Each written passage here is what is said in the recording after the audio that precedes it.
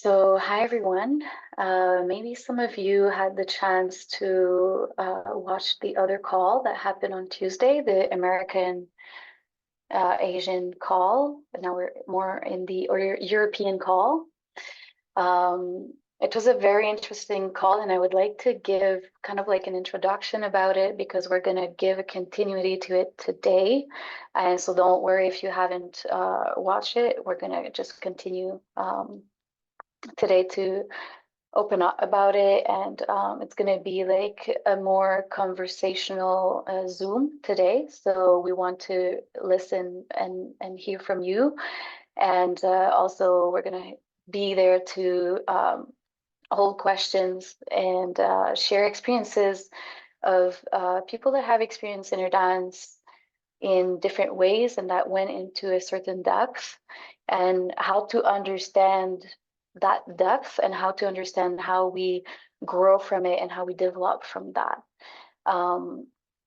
So in the last call, there was sharings from Gra, Caro, Lyra, and me, where we talked about our own experiences. And from there, we went into a discussion, a dialogue, to open up questions that sometimes we can hold, but we don't understand how to either hold the space for ourselves or for others. And so it's for us to kind of like have this meta understanding of what can, how can we really present this? How can we really like hold these questions that might come up and that we don't necessarily have an understanding, but there's also like an understanding from the body sometimes, but not necessarily from the mind. So what is this meaning, and how can we bring this as an understanding in ourselves and in the body, and how can it become an embodiment as well? So this is something I want to bring with you, and that we can all share, because we all have sometimes experiences that there's kind of like questioning happening with it.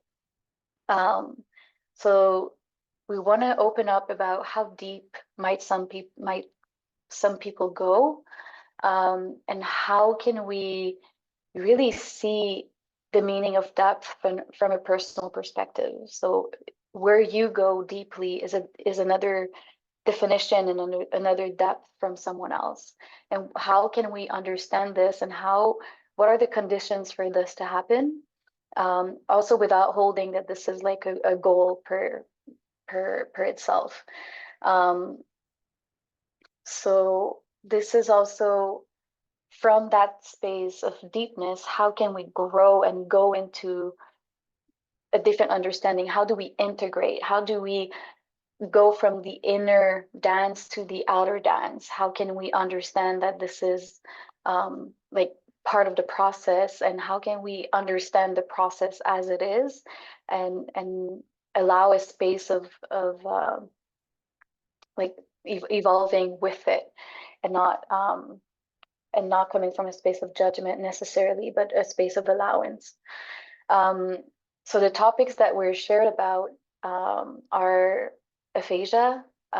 We went into different states of losing language and understanding what is aphasia from not only a part of society that like they look at how they look at aphasia, but more like how inner dance sees aphasia. How do we understand that it's a space where we go before language? So aphasia is when we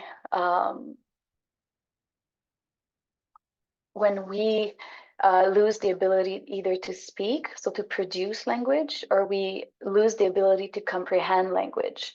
So it might happen sometimes, and we also go into like tiny aphasia, I like to call it like this, when sometimes when we come back from an inner dance, we don't actually have the words to speak our experience, or we experience so much in the experience that we're coming back and we're like, well, I don't know how to explain what I went through, but there is something like big about it, or there is something like that I would like to use words for it. So we're looking into like selection and combination of words. We're looking into like, how is it that we can go from a very deep dimensionality where when we enter a space of inner dance, and at the same time we come back to this reality to share something which is more like linear, because using language is talking one word at a time, and we go into a space where every words are happening at the same time. So how can the brain come back from one dimension to another, being able to like select every words to describe an experience that holds so much for us? And how can we understand how the senses are bringing all of these perceptions together? So this is something that was shared and explored together, and through the experience of other people, and bringing also questions about what is it that we are seeing, what is it that we are perceiving, what is it that we are sensing all together, and how can we bring all of these connectivity in an understanding, or do we actually need to understand something? So that's why we want to look into this. We look also into retrocausality. So when something like an effect precedes the cause of it. So things already are existing before we live them. So sometimes we're going to like have a question, but then someone is going to answer before we actually have the time to ask the question. And so this is something that happens a lot within inner dance, and like, how can we know that something happened already when we look into this? How can we know that, like, how is it possible that we're tapping into the same energies at the same time? So there's something within like the past and the future that is bending together, that is meeting each other in a single point. And when we enter that space of dimensionality, there's kind of like this space of we already know everything. So do we actually have to question, or can we go into a space of trust within that? So we shared a little bit about this and dimensionality and system of interpretation. Also, like, how is it that we go into a space of inner dance and or any experience in our life, and all of a sudden we kind of like become this observer that is looking at it from a different perspective? And how is it that we just hold these different layers of it that brings us to completely shift our perception of something, or that the body is giving us its own perspective? So it's not just the perspective of the mind, but it's also the perspective from the body and from the integration of the body and the mind. So how is this becoming by itself like a holistic perspective? And how can we maintain this throughout the day and throughout our life, to like not just lay down on a mat and hold that? So yeah, I just want to see if there's something more to share. No, that's basically it. So today I would like to bring the sharings of some facilitators, some trainers, so we can also give an experience. So we've been together now for 3 months. This is the last call of this first cycle already. It's very exciting. And we've learned a lot. We brought a lot of philosophies. We brought a lot of knowledge. And so we want to bring now all of this knowledge into the experience. And that's why we have people in the community that experienced a lot and are have a lot of knowledge and wisdom to share. And this is why we would like to bridge all of this with you, and at the same time hear from you. What is it that you that maybe is mirrored within you? So this is the call today. So I would like to invite Tom to share, and Sophie, and then I will open the floor for anyone else to share. You can bring questions. We're going to do our best to answer. And you can bring also some sharings, anything that feels right for you. And you can also be in a space of listening if you feel like. So on that, Tom, would you like to start? Thank you. Sure. Thank you, Fanny. Hello, everybody. I'm Tom. I don't know how many of you know me, but I've been on some of the calls before, and shared some things from my experiences within a dance. I've been doing it for a long time. I first got introduced to Maya in 2012, and that was in the very early stages. I was on one of the, I think it was the second teacher training that was held there. And over the years, it's I've kind of watched it develop and watched it, had my push pull relationship with it, and kind of been in and then been out again. Um, and I think I've noticed a few things that to me stand out as being really important when you're trying to create a space of trust, because so much of what people want to be able to experience within a dance is this ability to let go, to be able to leave those structures and the mental loops and the judgments and all of the things that they have behind, to be able to have this experience of something that's maybe less structured. It feels a little bit more liberating and a bit more like freedom. But to be able to do that, there is a lot of need to be able to create safety and trust within the environment, because it's not always that people are willing to go to those places. So I think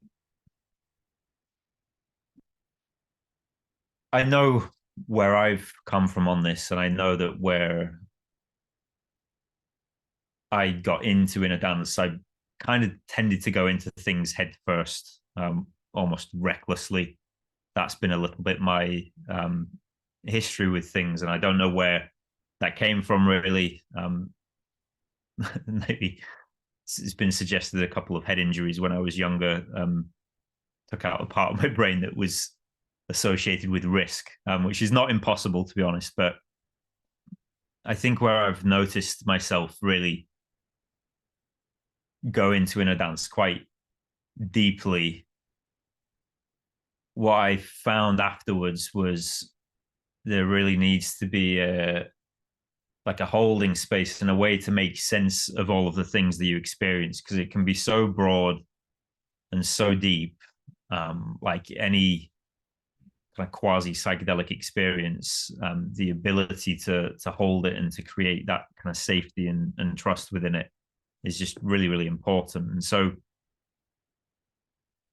when I left Maya the first time, I could feel in myself that what I was craving was something like structure. It's like I went into the jungle and I'd been spending time amongst the plants and the trees, and there was something very relaxing about that. Something that was it's like all my old conditioning started to fall away, and there was access to this new life force, this new kind of energy, which I'm sure a lot of you have experienced already. And that energy was very, very compelling. It was really, it felt so alive and so real, and it was so new and fresh. And it was like felt like I was becoming somebody different through spending time there. It's almost like when you have access to the natural world and this kind of modality and Pi as well, and the eco village, all of this internal composting starts taking place, and you're amongst things that are alive and moving,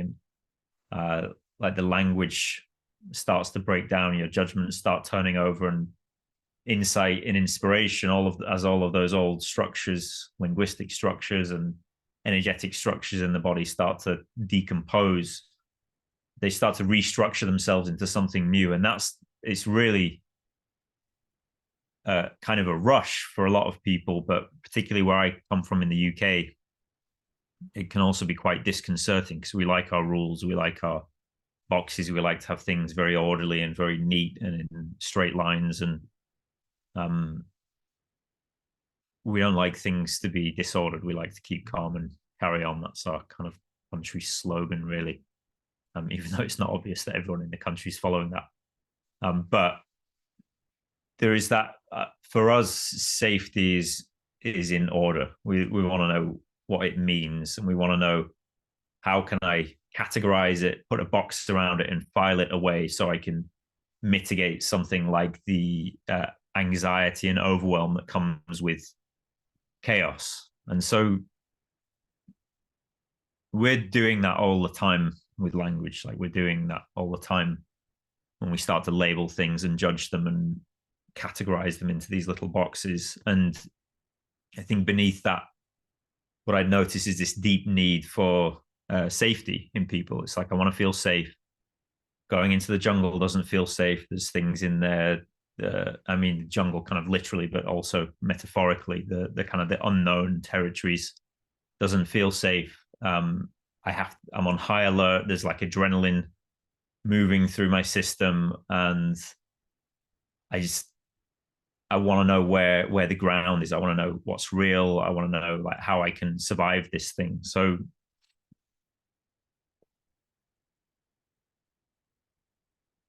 for me, where I started to go quite deeply into my experience, I noticed after a while I was craving something different. It was about 6 months the first time I spent in Maya, and after a while I started to crave this structure. I really wanted to be in a city. I really wanted some straight lines, some electricity, some categorization, something to like to put my feet on the ground and not feel this sense of kind of overwhelming chaos. So I moved on from there to Taiwan, and I got myself a place in the city there and lived in. And Taiwan's a very kind of densely populated place with lots of rules, lots of urbanization and things like that. And for a while, I still had access to this energy, this flow, and this turning over, but it started to become less about what was going on here. I wasn't connected as much to the natural world, and it started to move more up to here, to the brain space. And while at first that felt quite good because it felt like I was returning to safety, it's like, oh, I'm starting to find some safe things again, and the electricity works, and this is, it's comfortable, and it started to be more of what I knew rather than this, which started to become oppressive then, rather than this kind of broad open space where I can start to become whatever it is that I need to be, or like the space, more like the space of potentiality.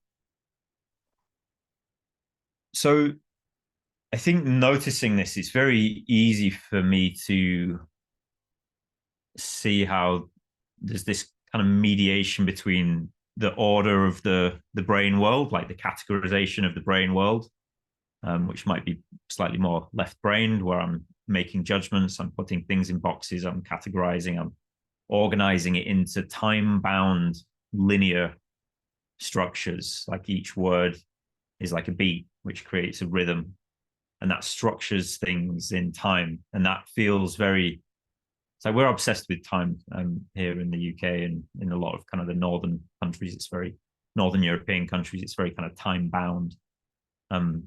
As you go further south, it becomes less. Time becomes a little bit more of a fluid concept. But I think, broadly speaking, where I've been listening to Pi over the years and coming up with ways to organize what he talks about into structures that make sense to me, this idea of the order and the time-bound linearity of say mind stuff, and then the more chaotic space of the body and things that are not following, say, a non-linear trend, and then the two of those things meeting together, and with the interplay between the two of them, looking to where people are on that spectrum and what they consider safety, like what their need for safety is and how you can meet it. For some people, it feels, and I come across this in coaching quite a lot, actually. For some people, they have needs for safety where it's like, I want to know what it is. Like, I want to know what the word is so I can put my box around it, and then I can flatten the unknown, file it away, and organize it. Then I don't have to think about it, because if I don't know what it is, if I'm just here without any kind of category for it, it can be quite overwhelming. And so a lot of what people do when they're putting things into language is trying to mitigate the overwhelm and the chaos of what's going on.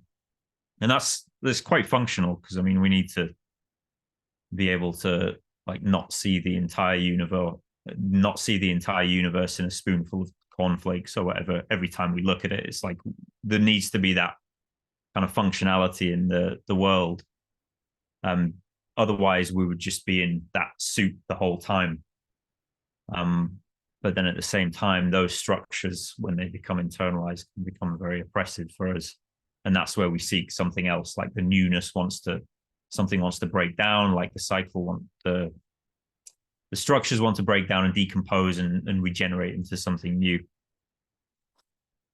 So what I found with the inner dance processes, and particularly in Maya, was there was a lot of regeneration. But for myself, I noticed where, coming from the culture that I came from, there was times where it felt almost too overwhelming. And so I wanted to make sure that when I bridged it with my own culture back in the UK, I would have to approach it in a very different way, because the catering for people's needs for safety is just very different here.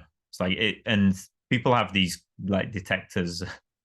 They want to categorize you into like hippie nonsense pretty quickly so they can get on with their lives, you know. And so all of this year-long course, as far as I've been um, going with it, has been really useful to be able to add these language structures in ways that can meet people. I'm speaking maybe specifically about the UK, but probably in a lot of Northern Europe as well, and more like mind-based communities, people where places where it's more about what's going on in the mind. To be able to bridge with them, there needs to be these kind of scientific explanations or relative terms that make sense to them, so that they're not just writing it off as that's some kind of hippie spiritual thing that doesn't have anything to do with me. Like, this is my lane, this is my track. What these people are talking about isn't really relevant, because honestly, I see a lot at the moment that the direction that we're moving in as a planet, this is my sense, is the linearity is breaking down, and we need to, the people who are most entrenched in the linearity need to have access to the kind of the non-linear stuff, the chaos, the embodiment, the ways of feeling into something first before just trying to think your way through it, because that muscle of thinking has been dominant for quite a long time now. And similarly, you know, Pi's talked about experience and knowing. Similarly, the people who are all maybe in the body, all in that on the other side, being able to have ways to structure that linguistically and come into like a mind thing. So there's this like synthesis between mind and body, rather than one or the other, or a way to be able to connect and bridge the two. And I think I notice when I'm facilitating, where there is sometimes a disconnect between that. So sometimes I get people coming to sessions who are very much in their mind. They want to know like what it does, like what is this thing, what does it do, how is it going to help me, what's my result. It's a very kind of linear orientation, and they're also very quick to want to like write it off. But then there's the other people that come that are much more in their bodies, and maybe more in like slightly more like hippie communities or spiritual communities, that just want to be able to feel the flow and go with like the cosmic energy. And it's very spacey, it's very non-linear, and to be able to bridge the gap between those two groups so that they are able to see themselves in one another has actually been, well, challenging, but also quite fun as well. Um, yeah, so I think there are ways that I've developed over time to help myself feel safe when I'm faced with maybe this overwhelming chaos, or this rate of change that is feels like it's going too much and too fast at the same, like ways to slow it down, ways to stay present, ways to stay connected to myself while that's happening. And at the same time, when I feel like I'm stuck in those loops or in those thought patterns or those judgments, ways to help myself let go and trust more. And I find that there's a lot of practices that have helped me as a facilitator, to be able to like ground a lot of this stuff and start doing what Pi's talked about in some of the previous sessions of having access to the dream while in the waking state. So I see a lot of the work that we're doing here as being about that, having access to the same kind of like the whole brain experience, which is kind of synonymous with a flow state, high levels of concentration, deep levels of relaxation, beta waves with delta waves, or above beta or gamma waves with delta waves as well, and being able to have access to this whole spectrum of brain waves at the same time. So as you're thinking as you move, and you're moving as you think, and there's this kind of dynamic relationship between the mind and the body, that they're not trying to dominate one another, but they're both being used as tools in tandem by this like larger earth story. And that's been really fascinating for me over the years to be able to watch that unfold. So let me see if I can figure out where I am with what I was going to say.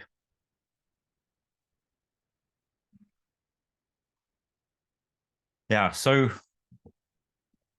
coming into a session where everything that you do when you're coming into a session is creating the space and like creating a space of trust for people. So particularly in the UK, maybe more relevant to the Northern European countries, one of the things that I tell people when they arrive is I'll lay out everything that's expected of them and everything that's not, and I'll get them to affirm to themselves that at any time they can say no, anytime they can stop, at any time they can open their eyes, they can stop the process, they can leave the room if they want to. And I found that the more you give them that ability to say no first, they actually start to feel a lot safer. It's like, oh, if I know I can draw a boundary at any time, then I'm more inclined to be able to explore the experience. So I find that really, really helpful oftentimes, is just to be able to establish this idea of, what, yeah, this is maybe a strange experience, but it's not necessarily stranger than going to sleep and having a lucid dream, which I guess is actually pretty strange. And for a lot of people, if they haven't had lucid dreams, it can be quite disconcerting. But that ability to say no at the beginning, I found helps relax people a lot. And this, as I'm saying, this could be catering more specifically to the more mindier minds, like the British mind, which is quite mindy. Having a clear list of instructions actually helps, which is really paradoxical to inner dance, because it's like, just go with the flow and feel with what you're feeling and everything. But you kind of have to instruct people how to do that, because a lot of the times at the end of it, the most common question I get asked is, oh, I didn't think I was doing it right.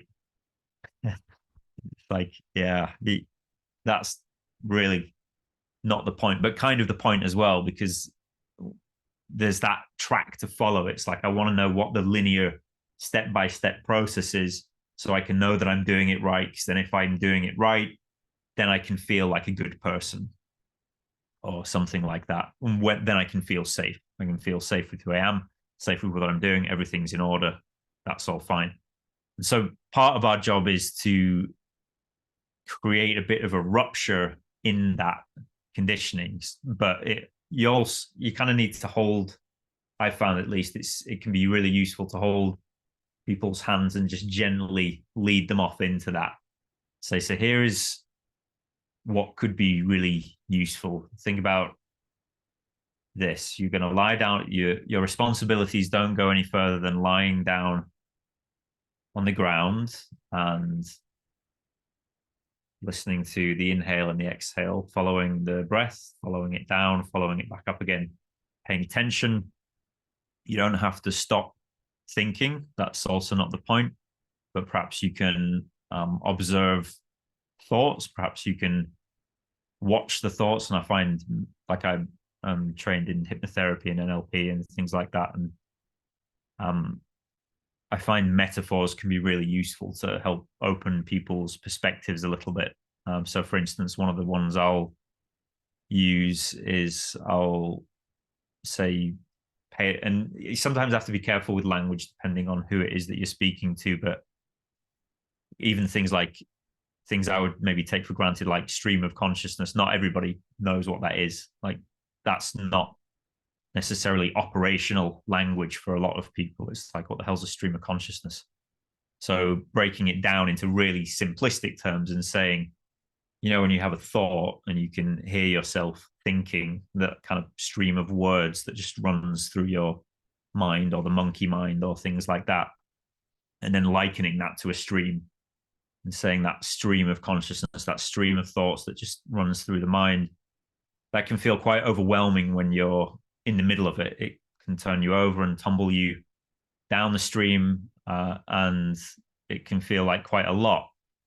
So instead of trying to stop that stream and fight that stream, what I want you to do is pay attention to the breathing and bring your attention and your awareness, pay attention to something around the belly, and just notice that stream. You don't have to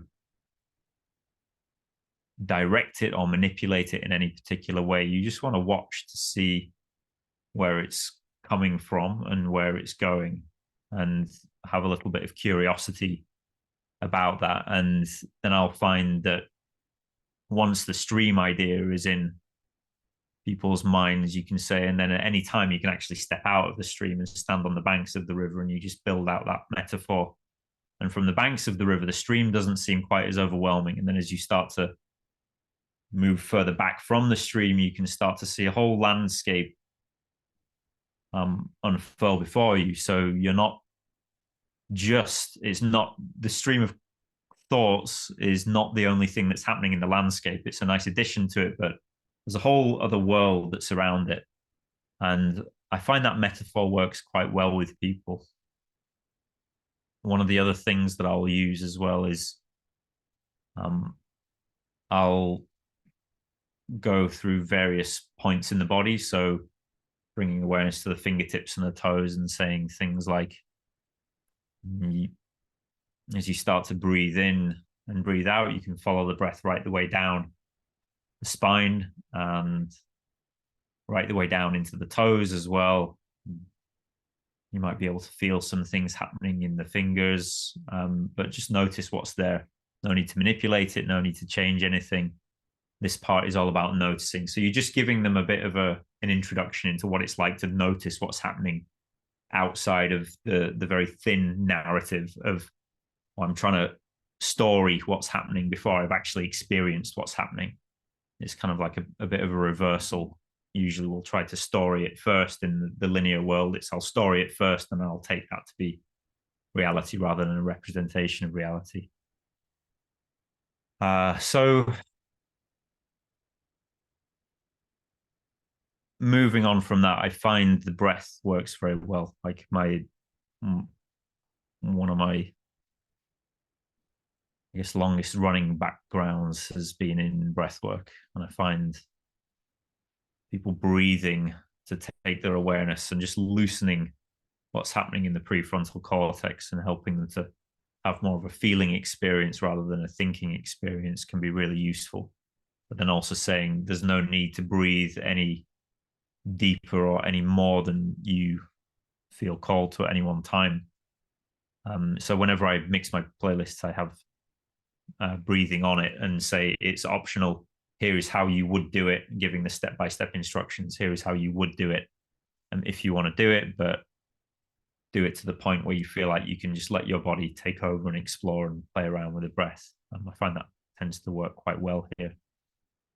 So those are a few ways that I get people to, or help people to feel safe enough to let go and actually have an experience, like giving them expectations and boundaries of like, here's what's expected of you in a session, personal responsibility for whatever's going on inside of you, and you can say no at any time, and then step by step instructions, and then guiding them in using metaphors and things like that.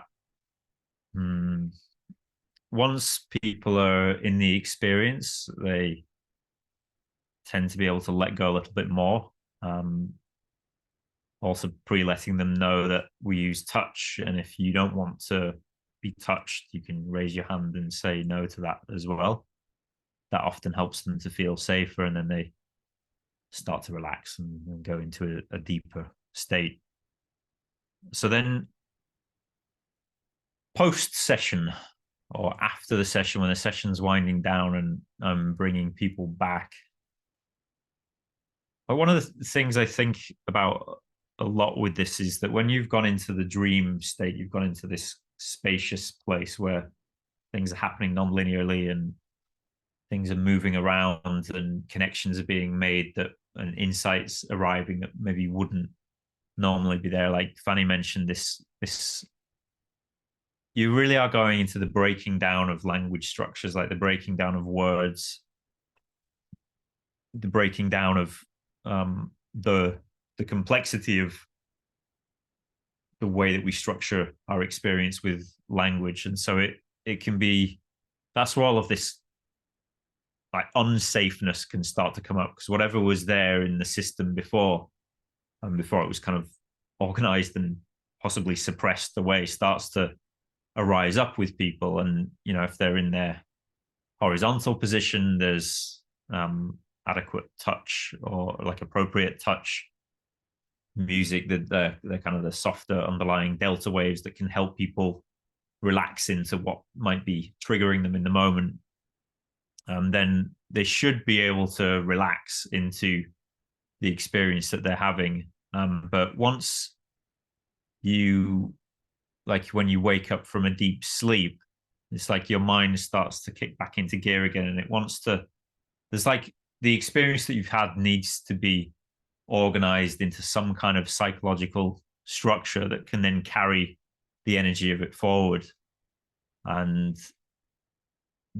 What I found, and I've learned this actually through coaching, but then applying it to inner dance, I find really useful, is like to try to impose your experience on their experience, or what you think their experience should be, or even to get them to try to force that, can often be detrimental to them having like an organic reforming of what that experience means to them.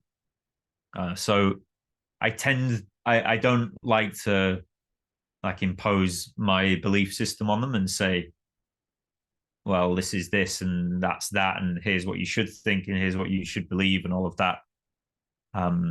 Even though I quite like to talk and I have quite a big mouth and can run it for a relatively long time. But I'll often try to ask more open-ended questions to elicit from them and get them to feel into the words from the body perspective. It's like there's no rush. Take your time. Just get them to slow everything down. And in telling them that there's no rush, that they don't have to bring their experience to words straight away, or even in public as well. I'll inform them that it is quite useful to put words to the experience. And sometimes after sessions, in fact, like quite often, we'll just have 10 minutes where it's like, okay, journal your experience first, like write it out. And from that writing, then they get a little bit more of a private freedom to try to express what it is that they've done, or what it is that they've experienced. And then from the writing, they can share the parts that feel relevant to them, and keep the parts that maybe they don't want to share into the group private. So that can be quite useful to do. And then we also offer them the freedom to say, well, if you don't want to write it, you include symbols, you can include pictures, images. It doesn't have to be as linear as writing, or writing can help quite considerably. So that's often quite a nice way to bring it back, because they're starting to structure their experience organically. And when I'm getting them to talk, like we never like pressure them to talk if they don't want to, and say it's completely up to you. We encourage them to at least write something or go away and reflect and think about it. But one of the ways that I'll try to get them to talk is to say, listen to the body, like listen to what's going on in the body and feel what you feel. And you can close your eyes if you want and breathe a little bit. And there's absolutely no rush. You don't have to be fast with this, but I want you to feel the words as you say them, and feel which words feel like solid ground. Imagining you're walking through a swamp, and some words will feel solid, and step on those words. When those, you'll know, because you'll be able to feel them, and those words will become, they like pull things together. So they're really trying to feel their way into what's true for them, because the truth, which to me is, like, after doing so much inner dance, is starting to look more like, well, what's the resonant sound? My body's had an experience, my brain's trying to make sense of it, but the sounds that come out of my mouth, even though I'm thinking of them as words and imagining that they're like my words are synonymous with reality, which is not necessarily the case, there is a certain thing that you can say that you'll feel stronger after you said it. It's like the truth will kind of pull things together and integrate them properly. And that's obviously a lot of the purpose of talk therapy, is to use words to compost your experience and to reimagine your experience and reword your experience. But a lot of it is very much here top down, rather within a dance, which is kind of bottom up. And then you, from your experience, then you start to kind of reimagine it into the psyche. So getting them to feel which words feel like solid ground can be really, really helpful, and really helpful in integrating and what it is that they've experienced. And the other thing that is really, really simple, but often very effective, is kind of a non-invasive touch. So we'll say at the end, when they're coming out of a session, it's like, find somebody nearby if you feel to, and just sit back to back with them.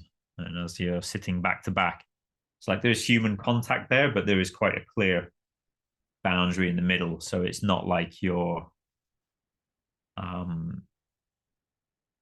it's not like giving somebody a full frontal hug. Obviously, you can do that as well, but that's a bit more intimate. Whereas people might like to be alone with their experience. They might want a bit of a kind of a boundary in the way, but still have that want for human touch. So that's quite a nice way to do that. And then typically at the very end of the session, I'll get them to do something quite simple, but it's just a series of basic body exercises, so they can start to feel where the boundary of their skin is again. It's like I've merged with everything. I've become universal consciousness and the dream space and all of that stuff. And it's like the boundary of my skin completely expanded. And then at the end, we just bring it all back up, put it back in the box. And okay, this is my arm. This is what it feels like. I can feel where I end and the world begins. And you start to kind of bring them back into that place, knowing that they can go and access the broader sense of self at any time, but being able to hold that parallel of my battery's about to run out, so I'm going to stop talking soon and plug it in. But being able to hold that parallel of I am a singular boundary of self right here, and this is where I end. And just getting them to even just to feel their bodies sometimes can be really useful in saying, okay, this is me, this compact little version of me, and I'm also a part of a broader culture of interdependent beings and things like that. But for now, I'll just keep it simple and put my feet on the ground, feel where my skin is, and then go about my day. And that can be a really nice way to say, okay, we'll open the box when we start it up, and then we're going to put everything back in the box when we close it down, and then we're going to go back into the real world. We can open the box at any time, but for now, if you're about to walk out of this place into the streets of London, it's not necessarily a forgiving place to be at one with the universe. It's like it can be quite abrasive for people. So just having them back on the ground, having their kind of back in their bodies and being able to face the outside world and linearize again, it can be really useful. And if they keep coming over time, it's almost like you're interlacing like the difference between day and night. It's like in the daytime, I'm doing my linear things, at the nighttime, I'm in my dream space. And the more that gets interlaced, the more you have access to both at the same time. I'm in my waking state, I'm doing my to-do list, but I'm relaxed enough with my delta brain waves and my embodied experience that I have access to the insights that I can get through dreams and things like that, which is very much like the kind of flow state that I feel inner dance is really all about, at least when it's applied to like the waking life.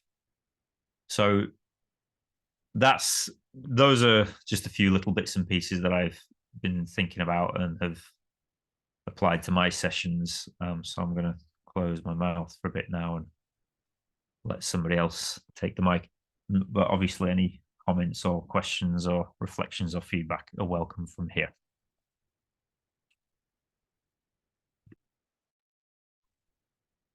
Thank you, Tom. Thank you so much for sharing. It's a very integrative and broad way to bring all of this about, and I like how it's grounding a lot of like how we can come from the experience and go into like an like instructional way also to look into inner dance and to structure it in in that sense, and like this triangle that we're holding within inner dance between the experience and the knowledge and the creation. So all of this comes together. So like we need to like kind of like mix, do this soup, like what are the ingredients is to come into this. So like I call it the pendulum, when like always going from one end to another. Like there's this flow and then structure, and then there's this like emotion and rationality. There's always these kind of like spaces where we like, time and space, mind and body, and wake and dream, like we're always experiencing kind of like polarities, but they're complementary all the time. And so it's also good to bring out this space where the SNS and PSNS can find homeostasis within itself, and where trust can look at doubt and control and fear, and where we can find a space of like integration also. So it's one thing to experience so much, but it's also one thing to like, what does it mean to integrate? What does it mean to like slowly go into like this safety space that you're talking about? Like we're all looking for it. It's like a birthright to find our safety within. So bringing this like inner trust that is always there, like there's this also sense of like we are always safe, but there's still a part of us that is looking for it.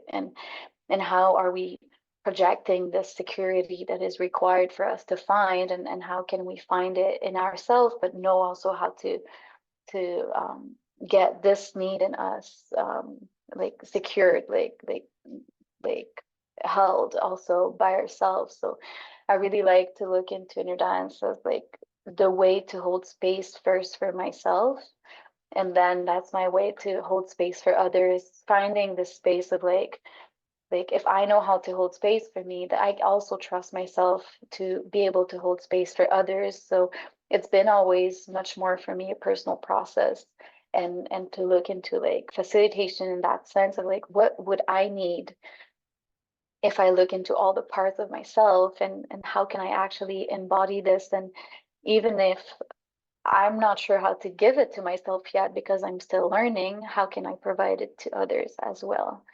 So yeah, I think um, it's quite good to bring this, and from now I want to bring like all of this knowledge that you shared more into like a space of sharing an experience, and how also going into all of this, like kind of like absorbing or listening to the music, like all of this that like feels like we're healing. Like what's the meaning of this? Like are we actually healing or just like going back, like regressing to the point of being whole?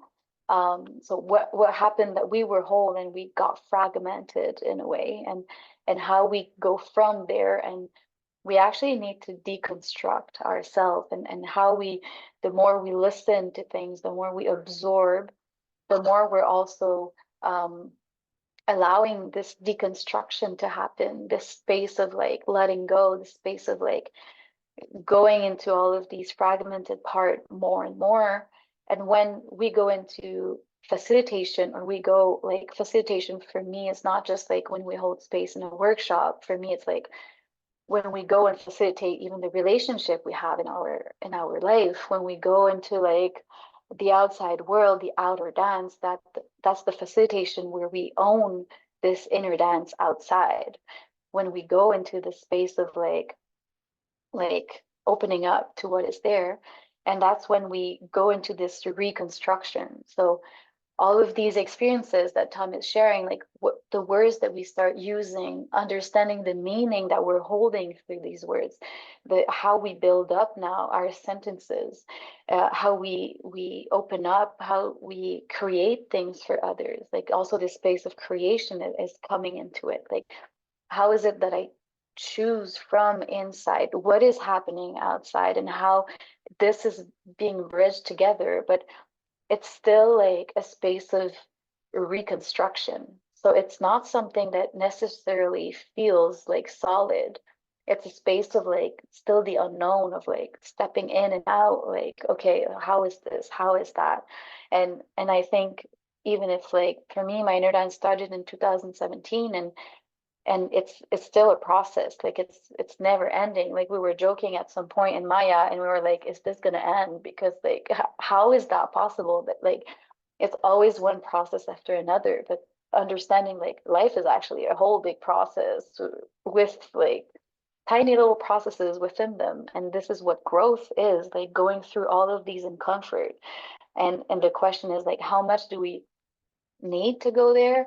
How much do we need to experience this? Why some people go in kind of like more depth than others? And it's not about like more or less, or trying to reach that goal of depth, but it's more about what is the understanding that we need to see from different people. Like how much like there's a kind of like almost a step by step that is non-linear, like a step by step that is circular, to go into all of these spaces, and understanding like exactly at this moment in time I had to experience that for me to actually understand something. And even if the understanding comes much more later, it's looking backwards and connecting the dots backwards, that this is when like there's an opening. This is when I understand something got created in that single point, but I'm just getting it later in time.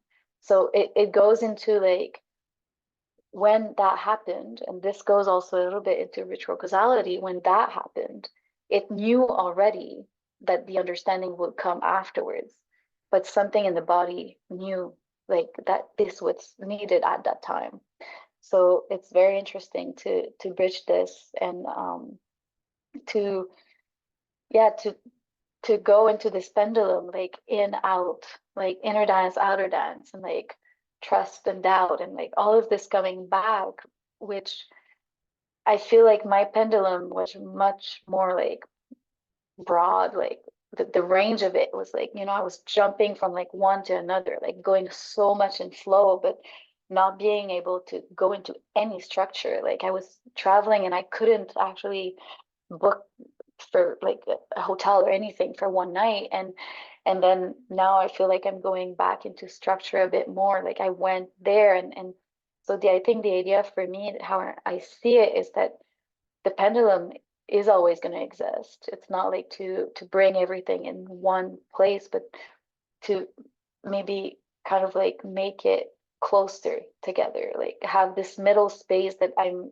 going into my pendulum, but it's kind of like more integrated when I go from one to another like this. So yeah, you brought a lot of insights for me to look into, and I think these experiences are really good to share. And I would like to invite Sophie to share also some of her experiences, and so she can yeah, bring out her own experience also through all of this. So thank you.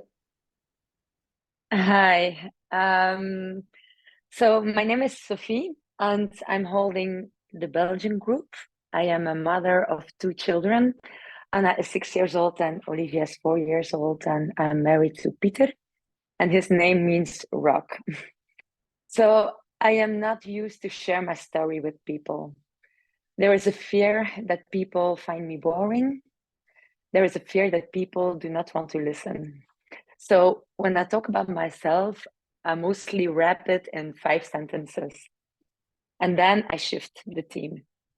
Today, giving myself the space and time to speak is huge for me.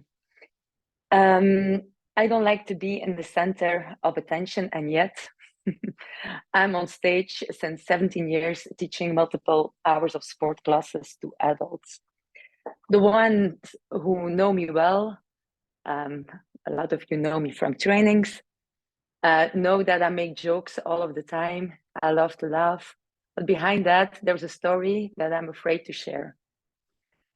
The other day, I went to see a house we like to buy, and I asked my mother-in-law if she could come with me. So I saw myself asking questions to the real estate agent, and my mother-in-law didn't saw or notice that I was speaking. So she started to talk to the broker, and the broker answered my mother-in-law instead of me. So that was very interesting for me. I used to react on that very quickly. I used to be angry. I used to feel very small. I used to feel not seen or not heard. But now I'm observing because that situation and my reaction on it tell my story. And I'm finally ready to see my story. Since I'm observing and studying the consciousness, there has been a really big shift inside of me and the way I perceive the others and the world around me. I I was starting to see a web of loops, and so I'm now picking one loop at a time, and I observe. I just observe it, and then something changes. So now I'm looking at myself. I'm not hiding anymore, and I'm still not comfortable with sharing, but slowly I'm breaking down the loops. So I want to share something with you that I have already shared with my group. I want to tell you a story, my experience. So I have been for 2.5 years in this inner dance process, and I barely had big experiences like others have. And it was honestly frustrating. I was holding space for people who went so deep into the process or into the journey, and they came back with the most amazing stories. And during the trainings, the same happened. Co-facilitators went really deep. And I had a feeling I did not go deep. But that feeling changed after attending the training in Turkey last year. I think it was September. Yeah. First, I felt like the odd one out. I was tired of not feeling anything or thinking I did not feel anything because what was wrong with me? Why wasn't I good enough? Or why couldn't I do what others did? Why couldn't I see those things during a process? It made me feel really sad. And most of all, I felt like an imposter because how could I hold bodies during the process without me going through the same as they went through? But afterwards, and thanks to this study, I realized this was my inner dance. Why didn't I feel good enough? Why did I feel like this was a competition? Was I willing to continue thinking like this? Was I willing to change something about it? Because until then, I was always searching outside of me. When I wasn't feeling the experience or having the experience during a workshop, I thought like maybe it was because the music wasn't good enough, or maybe I didn't like the way I was touched, or maybe I wasn't touched enough. And I searched every excuse outside of me. So going into the deeper study of inner dance or consciousness, I saw I was hiding from myself, and I needed to go deeper into myself to find my structure, my geometry, to understand myself better, and to break those loops who didn't serve me at all. So I really dove deep into the study, holding the Belgian group. We are 23 people in the Belgian group, and facilitating on a weekly basis group workshops and often one-on-one. And I listen, I think, at least 3 times a week to a playlist, not because I have to, but because I like to. And when Pai spoke in January he spoke about the understanding and the experience, and it hit me. He said that if you have the understanding, the experience would follow, and vice versa. So the understanding, he said, was oneness. And he said the understanding is the mother of the experience. So I adapted my perception of the world holding the understanding, even if I hadn't experienced the experience in a spontaneous way. Because to be honest, I have done 4 times ayahuasca because I was so desperate to have an experience. At that point, I didn't believe my body could do this without psychedelics. And during the Aya journey, I experienced the oneness. But I wasn't at that time ready to let it flow or integrate it into my body. So now I think it was because the understanding was missing. So I forgot the feeling, and it became just an experience. It was not life-changing for me. But because the understanding brought me so much, I was happy and it was enough for me. I was convinced I would never feel the experience.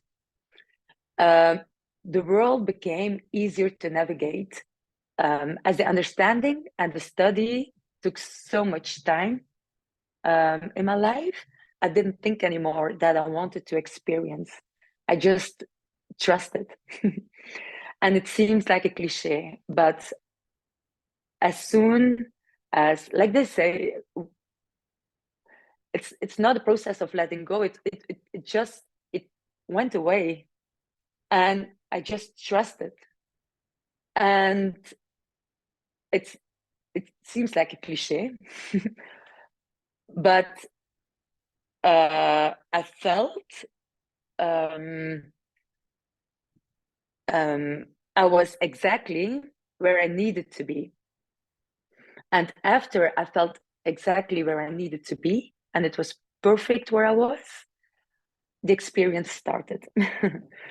But in the beginning, I was still hiding myself, thinking I was less. But on a meta level, I knew I was thinking that not because I was less, but because of the loop I was in. I saw the loop of thinking I was less. But still, I could not share. I was still a little bit stuck in that loop, or let the experience flow and connect with my human body. But last Sunday, during the new moon, everything changed. This I have been sharing with my group from day one. So I think I start sharing it on Monday. I had an experience that made me remember on the deepest cell levels the understanding I was holding until now. It's a very personal experience, and it's one of the most beautiful experiences I have lived, and I would love to share it with you. I'm still a little bit emotional when I think about the experience because it just was like 5 days ago. So it's really still inside of me doing things. So it started with a new password that was sent to us last Saturday. And the new password is butanding. I don't know if I pronounce it well, but it's a Filipino word for a whale shark. And the whale shark is the biggest fish on earth. And I showed my children the butanding, and they wanted to do research on it. So we worked on it until 9:30 in the evening. And we were so proud of the work. So I made a picture of my children with the drawing of the butanding and the research. So I sent that picture to Pi and Italy. And the next morning, I saw that Pi answered with, this photo gives me a heart attack in all the best ways possible. So I answered, we love to give you that kind of heart attacks. And that was that, I thought.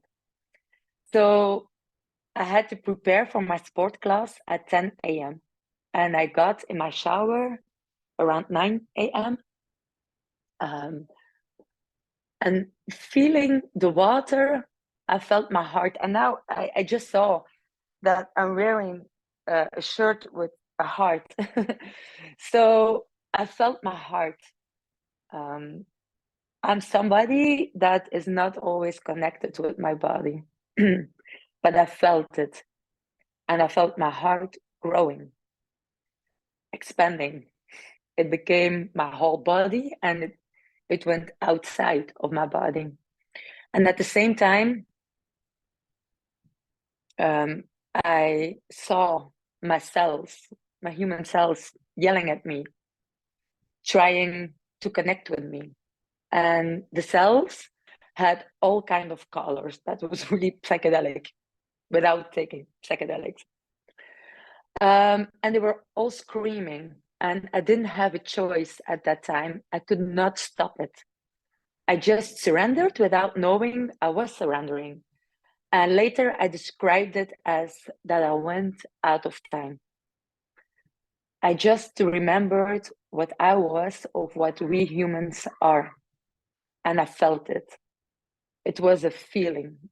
And it took a lifetime during that moment. But in reality, it maybe took not even a minute.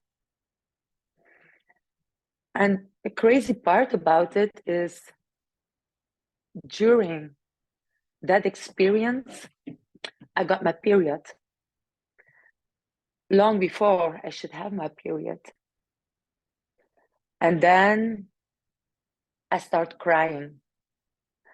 And I kept on crying a lot, without being sad, because I was not sad, the contrary. So I knew I had to land, because 15 minutes later, I had to be on stage teaching my dance class. So I felt the need to share. I communicated on WhatsApp by audios to some friends from who I knew would support this without judging me.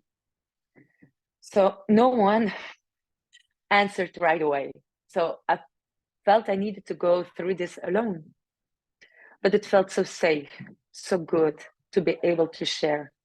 And as I was sharing, I was feeling, I was integrating and allowing this light to stay circulating inside of me. Like Tom said, to composed. I like it. So I got into my car, and it takes about 40 minutes to get to the gym. And there are a lot of traffic lights on the. I have to take different roads, and there are a lot of traffic lights, and they all turned green as soon as I arrived with my car. What was really special too about that experience is it was very cold in the car. I live in Belgium. It's still cold here, except for today.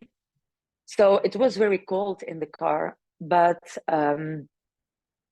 I did not feel that, as I forgot to turn on the heat. And I only realized that when I parked my car 40 minutes later. At the gym, I felt so light. I think I have never danced as energetically as that day. And my body surprised me at my yoga class. I could do postures I normally cannot do. I'm almost 46 years old. I know my body really well.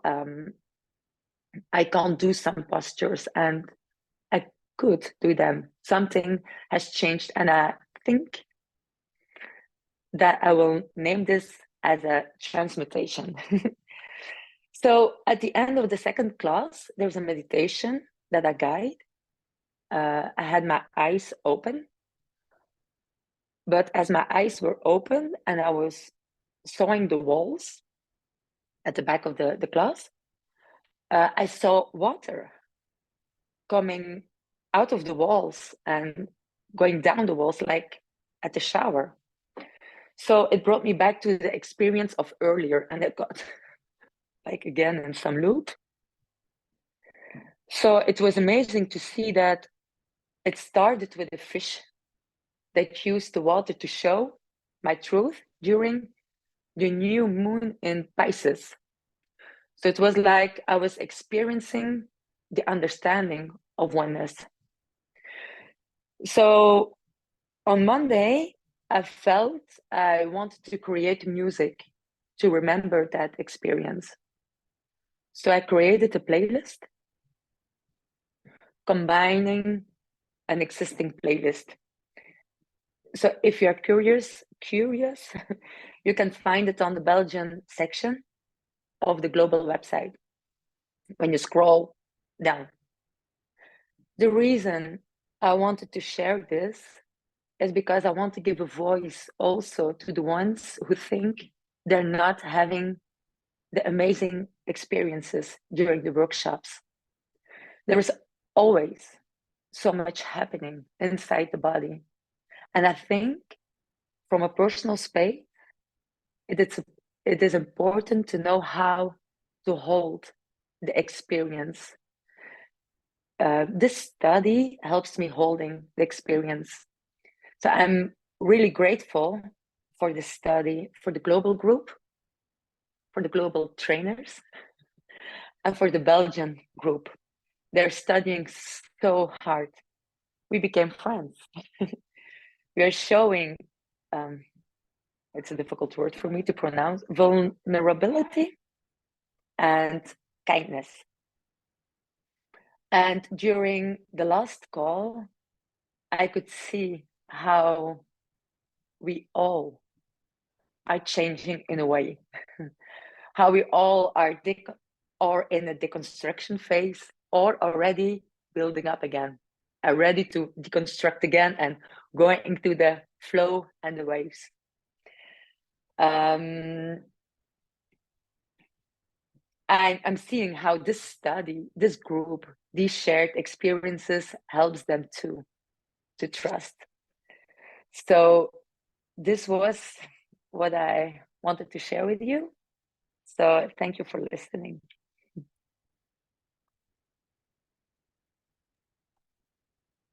Thank you, Sophie. Thank you so much. I feel very touched by your story. And I think it's important to share how much, the experience happened in different ways and is bringing us like there's not something to reach, but something come up when it's needed to come up. And I think fact that you like were patient with your own process to give yourself this space of allowance and to build up trust also really like, yeah, brought up something deep in you. So thank you for sharing. Thank you for trusting the space with everyone. I would like to invite people to share experiences where something deep was held.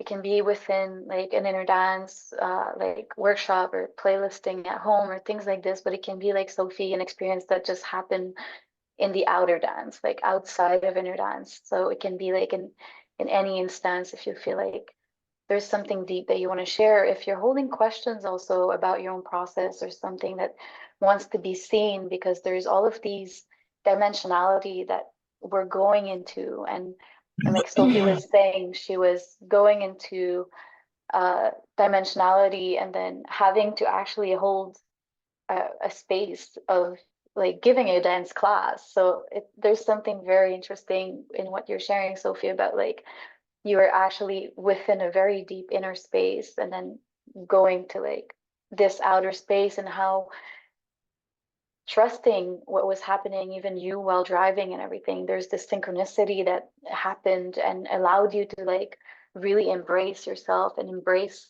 the experience that you were going through. So I think there's yeah, a lot of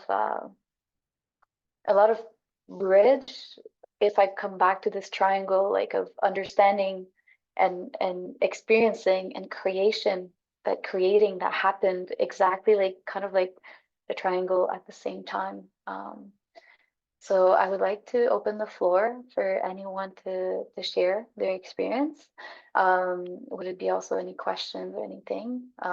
We're a lot of facilitators, we all have a lot of wisdom, and we're all here to be the student and the teacher at the same time. So feel free, every experience is valid and can bring a lot to everyone. So thank you.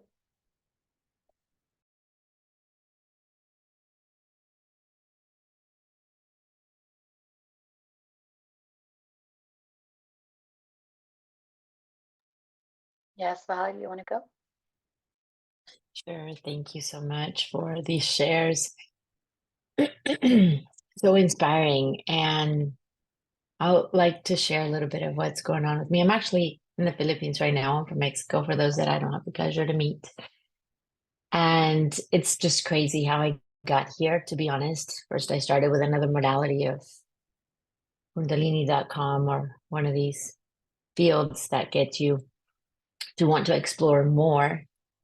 And I just thought there was something missing in what I was taught. I just wanted to go deeper. I wanted to understand, because it was right when I heard in my training, and beautiful trainings happen, don't get me wrong. They're all great, and I embrace them and I love them. It's just your time comes to seek what you are waiting, what you are wanting to heal. And I just wanted to go a little deeper. And it was really hard to find actually Pi. I just heard a little bit that about him, but anytime I wrote to someone, I never got an answer back. But lo and behold, it's incredible how the universe holds a space for you, because I'm a public speaker, international speaker, and there was a conference that I needed to come to the Philippines. I was like, okay, I'm at least in the Philippines. This man has to come out somewhere, somehow. I got to get to him. And lo and behold, I got a hold of Italy, and they were some part of the world, and I had to wait like 20 days for them. And I did. So my first initial experience with Maya, I was super excited to go through the whole training, completely invested, was seeing the answers and really peeling off layers of so much doubt and pain. I mean, I wrote a whole book of all that has happened in my life, a lot of hardship. And lo and behold, something happened in my personal life that I had to leave Maya. I only was able to do the first 5 days. So the questions come like, I finally am here. I waited 20 days. Where is the lesson? How do I continue this process? I want to come back. but I allowed everything to unfold. I was more present. For me, Maya was a place of not just the mat and the inner dance process, but all what the land showed to me. I was never your Girl Scout girl. I mean, I had some exposure to nature, but that was like a big shocker for me to live with all its intensity, what Maya has to offer. But the universe has so much grace because that was only in November. And then I got another opportunity to come back with everything paid and have an opportunity to work here. And then another training opened up. So I went back to Maya and I finished my training. And what I experienced was on a deeper level for sure. For me, what was haunting me my entire life was fear. I mean, I couldn't even come down to get a glass of water in my own home. I had to ask somebody to come with me. That was a level of fear from the trauma. And in the inner dance, when I thought that I had felt it all, and when we're in training, it's twice a day inner dance, and I'm like, I'll just get on the mat to rest a little and hear the music and enjoy it. There was still so much going on until I felt that I was able to come full circle with the fear. And my father passed away, and I wasn't a lot with him because my parents got divorced when I was little. And it's the first time I've ever seen my father after he passed. And I literally saw how he like picked me up from the mat and pulled me. And I, for whatever reason, related it to the fear. For those of you that have gone to Maya, well, there are some dorms that are open space, very exposed to nature. And I was happily there because I had companions, but then they left. That last day they left. So I had the first experience to really in depth interiorize the beauty of the land all by myself in a place where there are no doors, and I'm all the other side of Maya by myself. So for me, the energy has come full circle for me to really empower myself to trust every process of what inner dance shows you in conjunction with Maya. And I couldn't be more grateful to hear your stories, to be now in this 9 months, and I got so inspired. And when I was posting in social media, I was like, well, even people that don't speak English, you know, Spanish, I really want to be a support to bring people to Maya and help Pi with the translation, working with Cristina. And I'm super excited that we formed a group. So now I'm coming back for the third time, coming up at the end of the month, and holding a space for those that have not had the pleasure of coming. So I feel like a big wish and desire and dream to continue to expand the process. Here in the Philippines, I've been really blessed to hold a space for many, many, many groups, corporate, and I partner with a company here that's called Conscious Alchemy, and I've seen how I've actually spoken to Pi about this, how the Philippine culture actually is all of happiness, love. All the pictures they take is with their heart that they make, and then everything seems to be so much joy, but really deep down, there's a lot of suffering culturally and with the family. And I've seen it over and over how this experience has allowed them to 1 hour, one simple hour, alleviate so much pain. So for me, has come full circle from the wounded child that started reading parenting books when she was 14 to now traveling solo around the world and being a nomad.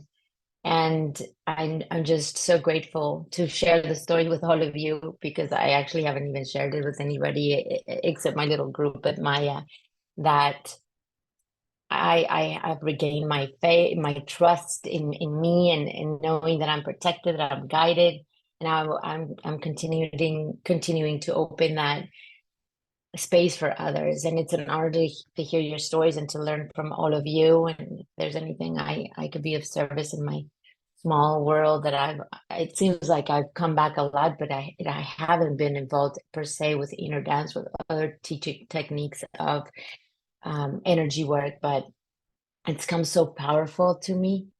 And I'm just grateful to share the story to hopefully inspire others that your time will come when it needs to come and the way it needs to come, and just hold that space for you and those that are trusting the energy with you.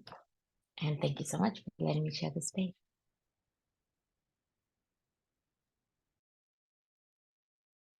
Thank you, Val. Thank you. It's really, really good to hear your story.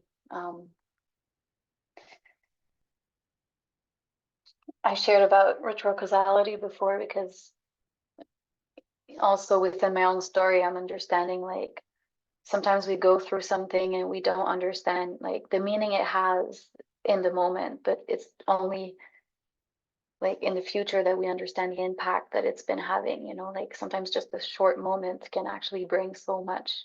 And it's kind of like the spark that ignited something where like we didn't know, but we took a path that day and that time, but it seemed to be like just a little experience or something like we don't know how much it can bring us. So thank you. I think it's really great to hear you. So I'm gonna leave the floor for other sharings. Anyone would like to share anything or ask questions related to today?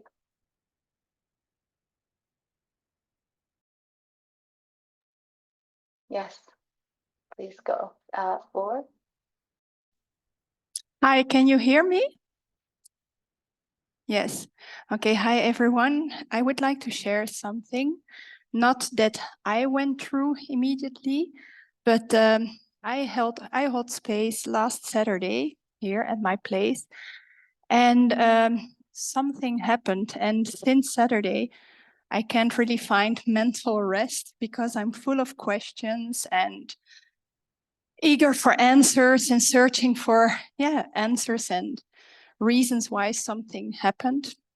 To give you a sketch of the situation, I was contacted by a girl who is in a wheelchair. She asked me, can I have an inner dance session? I said, yes, of course. Yeah, I come over with my friend. So she came together with a friend of her. And she's in fact in a wheelchair because she had a surgery last summer, a common surgery on her knee. And she had an epidural anesthesia, but during the surgery, she needed some extra anesthesia.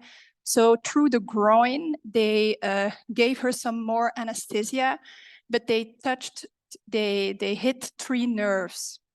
So she came out of the surgery paralyzed on her right leg. So that's why she's in a wheelchair. In December, the doctors told her it was not temporary, but forever, that she will be sitting in a wheelchair. So her whole world fell apart. She started only now recently a grief from her old self and start to accept or try to find a way to live with her new self. So all that information I got before the session, and the friend who was with her, she is a kindergarten teacher, but she also gives massages once in a while. She gives regularly massages to her friend. And she told before the session, you know, sometimes when I'm working on her leg, there is a reaction, but she never knows about it. She's not aware that her leg is acting like a little bit on the touches. So, okay, that was all the information that I had before the session to sketch the situation. So I started the session, and after like 20 minutes, she started to move a lot, the girl who is paralyzed on her right leg. And even on a point that she raised her knee, her paralyzed knee. And during the session, that happened 3 times, raising her knee quite high. Also, when I was touching her feet, on a certain moment, with her paralyzed foot, she grabbed my hand, but really, really tight. So I was already amazed during the session, but okay, the session is done. We are sitting together, talking about the experience, the journey they had. And she says suddenly, I was aware I could move my knee, and I was aware I grabbed your hand with my foot. So I was like, huh? And her friend as well. We were so amazed because when her friend gives normal massages, she's not conscious that her knee is acting on the touching. And here in the inner dance, she said to me, I was aware I could move and raise my knee. And I was aware I grabbed your hand with my foot. And she said it was an amazing feeling. So, because she said for the first time, I'm in 6 months, because it happened in August, I think, that she got paralyzed. I have a certain conscious that I could move. I made a contact with my paralyzed leg. So since that day, I'm like, yeah, not sleeping very well. I'm having like a weird state of mind because I'm completely confused and searching for answers. Like, I know the nerves were not cut through. It was, like hit with anesthesia. So how come? And yeah, so that's it that I wanted to share with all of you. So thank you for listening.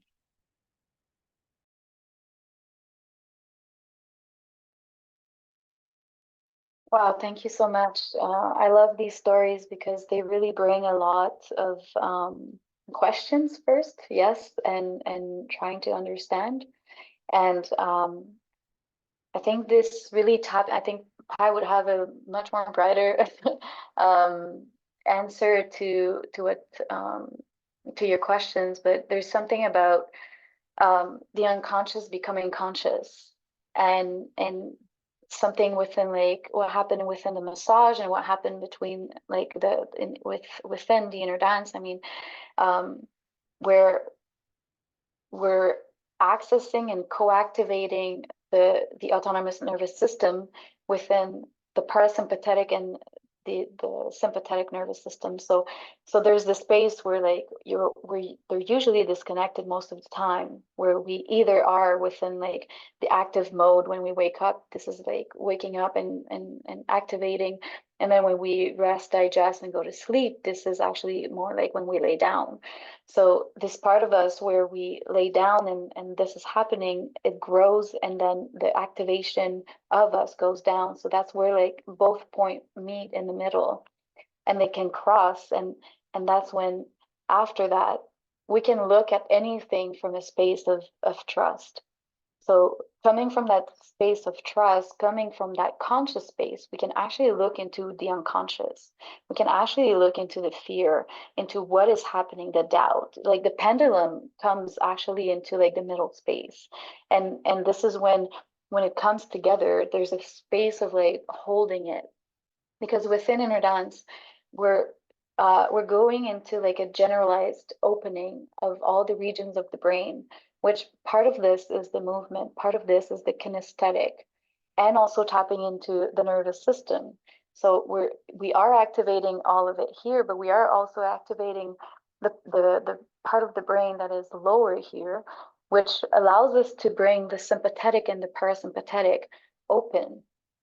And so this is where like this co-activation allows for things to happen, where if we would come from only the mind, I wouldn't be able to actually bring up my arm because there's like a misunderstanding, a disconnection within the brain regions. So when this activation happens, there's this autonomous system that is remembering itself, that is remembering that it exists, and it can actually like stay activated or stay open. So it's super interesting, and I feel that Pi would go more deeper into this depth, or like the part of the brain that are getting activated, but like more specifically. But there is like kind of like this homeostasis that this woman went into when she went into inner dance, and I'll be curious to see how much it happens more and more. Like we had experiences of Crystal. She was in Maya last year, and she was completely disconnected from her right and left. She had a very bad accident, like 30 years past or something like this, and she couldn't touch her nose like just like this, you know, like she was always missing her nose. Like she couldn't just pinpoint like this. Like we don't need to think, if I touch my nose, I touch my mouth like this. And she was always missing like this, and she couldn't also just like move her like both at the same time. Always there was like one arm that was like not following, or you know, doing its own thing. And through the process, at the end, I brought her to the airport, and she was so excited to go back to Belgium. She was like, "Oh my God, now I can touch my nose." And it's just really funny because it's like I can touch my nose, but for her it meant so much because for years she was told, "Oh, you're doomed. You're like nothing can happen." Like, so this is where kind of like there's the science that is reaching limits without the understanding of what is beyond it. And that's where inner dance is bringing like the bridge to it, where there is actually possibility. There is potential for something else to be understood, and for us to tap into the autonomy of the body, to trust that the body knows more. And when we go into the space of allowance, when we allow the body to lay down, when we allow this space to open up, the body is actually the one telling us. So the body gave her messages. The body went into this space of openness where it allowed her to see her own potential, when it allowed her to like to actually hope and trust again. So it is like something like, especially when you're going into this grieving of, oh, I might not be able to walk again, or I don't know what is exactly her diagnosis, but it is really hard to go into this. But when we tap into the potentiality that I can actually heal myself, I can allow my body to heal itself. It's not about me, it's about it. It's about connecting to how the body has its own intelligence, and how can I trust it, because it trusts itself. It's the mind most of the time that doesn't trust itself. That's why we talk about reconnecting the mind and the body together. So that's kind of my answer. I'm open to have anyone else bridging that or adding to it. If you feel like sharing something, I'd be curious to hear more, or to have more sharings. So thank you. Thank you for sharing this. It's such a beautiful sharing.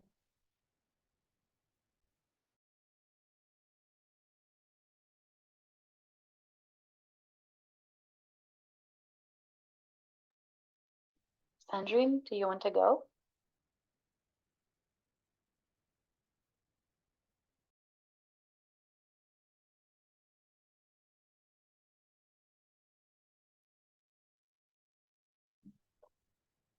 Hi, hi everyone.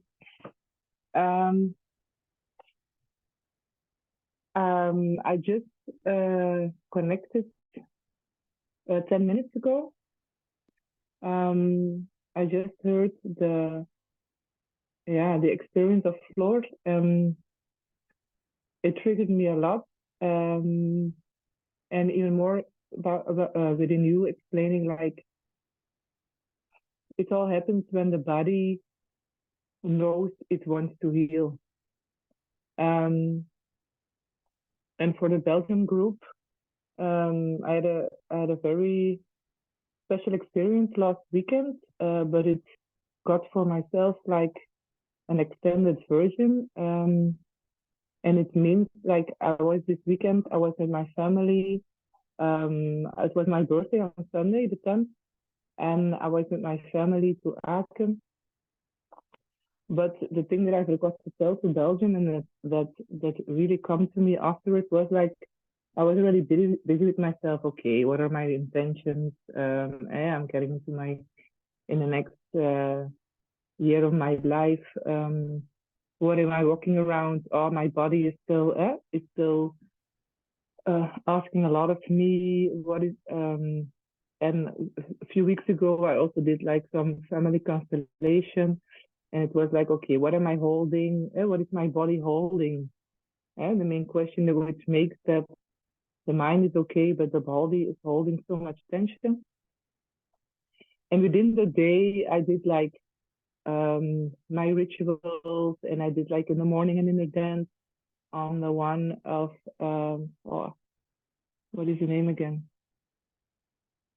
One of the last ones. Oh, I can't remember at this point, but I will let you know afterwards. And I did it in the morning, and even at the evening I did it again. And everybody was asleep, and I went down and I did it again. And we did it sleeping. I was like really in like a subconscious way about okay, taking care of my body, and getting a lot of insight of how I wanted to continue the process that I'm doing in my life. But then at 11 o'clock, a friend of mine called, and she's the one who asked me to be her doula. To be with her, I told you about it, that I was with her. So at 11 o'clock, she called me that her water was broken. But she was normally for the 1st of April. So at 11 o'clock, okay, I went into my car. I drove back to Belgium. It was an hour-and-a-half drive. And the baby is like born on my birthday, on the 10th of March, around 11 o'clock. During that, I also forgot to tell to the Belgian people, when I was there in the hospital, I put on the Inner Joy playlist, but like in a very, very still. So not very hard, but in a very still at the back. And she's a person with a lot of anxiety. She's very anxious in her life, and she has a, so I also assisted before she was pregnant. And it all went like, it was all super. It was like a first pregnancy, but still she was contained, she was grounded, she was feeling okay. Okay, she had the epidural, but she was not like she used to be, very anxious and immediately panicated and oh, and no, and it's gonna happen something and this and this. No, she was really suited, and I helped to assist her. And then at 11 o'clock, she I really needed to assist and take her legs and hold her head. So it was really also that I was got my English aphasia already. I was that I was getting the child. And so I followed all the stages again with her as an assistant, but I felt the energy together. So also as she was birth, I really went with her in the total process. And it was very beautiful. But the thing is, afterwards, I did another inner dance 2 days ago, and then it all came back to me. I was like healing my own birth trauma, because I'm born at the same date as my grandfather, so the father of my mother. And my father was not, at the moment he was in Congo, so he was not at my birth, and he came afterwards after 2 months. But it has always been something that my mother told my grandfather, if he calls, don't say that she's already born, because she will stay there and he will not come. He will come later on. So that energy always stayed with my mother, like being rejected and being, because it was after 2 months, she was alone at home with 2 other kids. And it was always, some kind of birth trauma that was passed by to me and has this energy on a lot of layers also in my life. So it was very crazy to see afterwards, like doing the inner child, the whole feathered inner child, doing the inner dance, and then needed to help someone assist getting a baby into this world on the same date of on my birthday, and also see like the anxiousness that she has, that it's like all faded, that she was grounded, she was like a power woman, she holds the room, she was, and if she has like a moment off, I was there to assist her. But it was afterwards that I know my mother talked a lot, and I was alone there, and I had nobody who was sitting there, and that she always cried the whole hospital of giving birth to me. So it was really like the body knows how to. It was like a new year for me to put my goals, and that it was such a crazy way to start it up, and that I now still feel in this week also that I'm much clearer, I'm much fresh, I have much more energy. It's in the mind, but it's in the mind and it's in the body. So it's a very crazy experience that I take with me. And it's still busy. It's still ongoing. I feel like today I was there. I went to visit. His name is Boas, and I was there. And another thing, very strange thing, is that from the moment I was in the hospital, there were 3 people who came in, hospital people or friends, and they're all like, "Oh, I know you from somewhere. I know you from somewhere." But I said, "Yeah, I don't know you." And now today I was again there. There was another midwife who was there, and she said, "Yeah, I know you from somewhere." And then 2 days ago, I was somewhere in a store, and people come and tell me, "Yeah, are you a sister of? Oh, I know you from somewhere." So there's also something happening.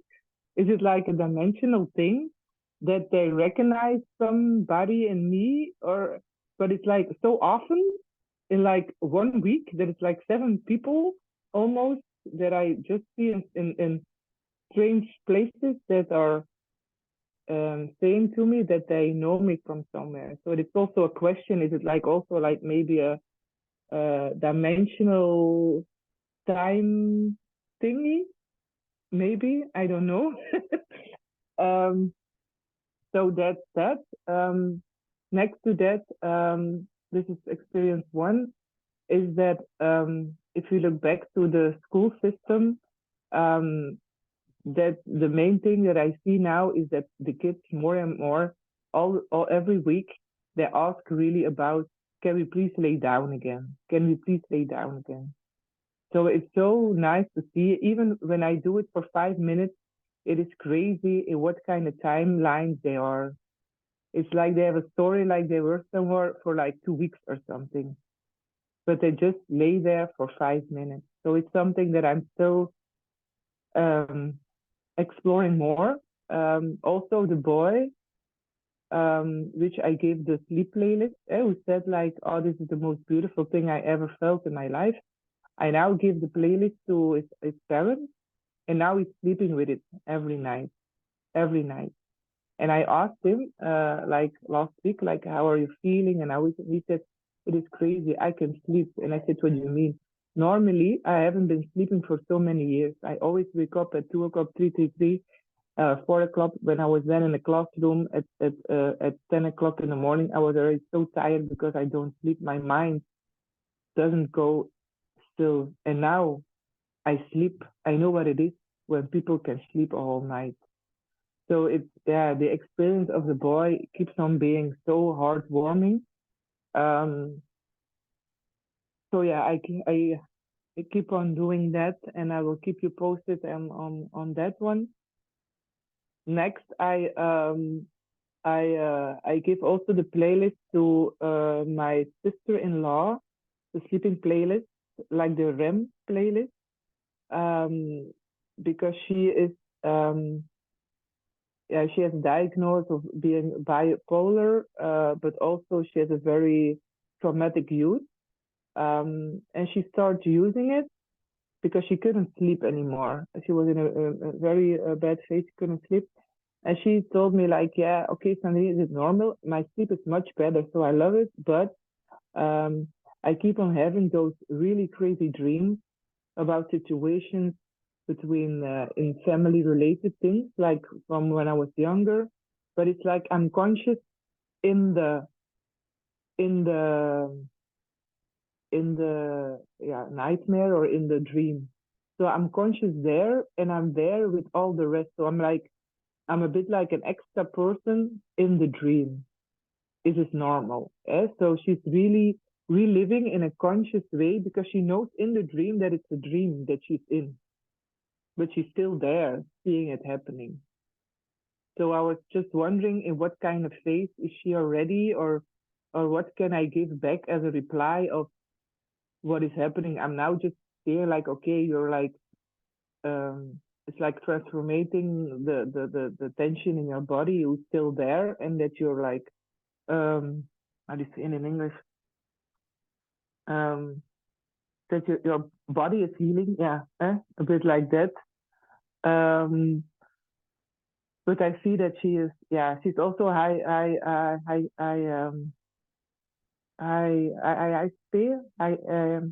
sensitive. So yeah, that's also something that I can see, like there is an evolution in going, helping her with those playlists for sleeping. And I know there was something else that was important to say, but I can't, yeah, I can't remember at this point. I'm also now started like with another playlist, the womb room. I do feel like the womb room is really to really go down, or doing as a playlist, or when you really do like a meditative moment in the classroom, but not as like getting focused, because I can see that a lot of them also go in like a really that REM state. So so now I'm starting to, I have like a pilot group class who is now gonna work with the REM entertainment, the Josh playlist, or the study sleep focus playlist, that playlist of Pi, to see what does it do when you put it on a low frequency, when they are doing mathematics or something, to see what happens if it increases their focus or not. So that's I wanted to share, and it's all getting more clearer and clearer, and then even not. But I'm really happy to be here and share with you guys, and it's so much inspiration also. Thank you.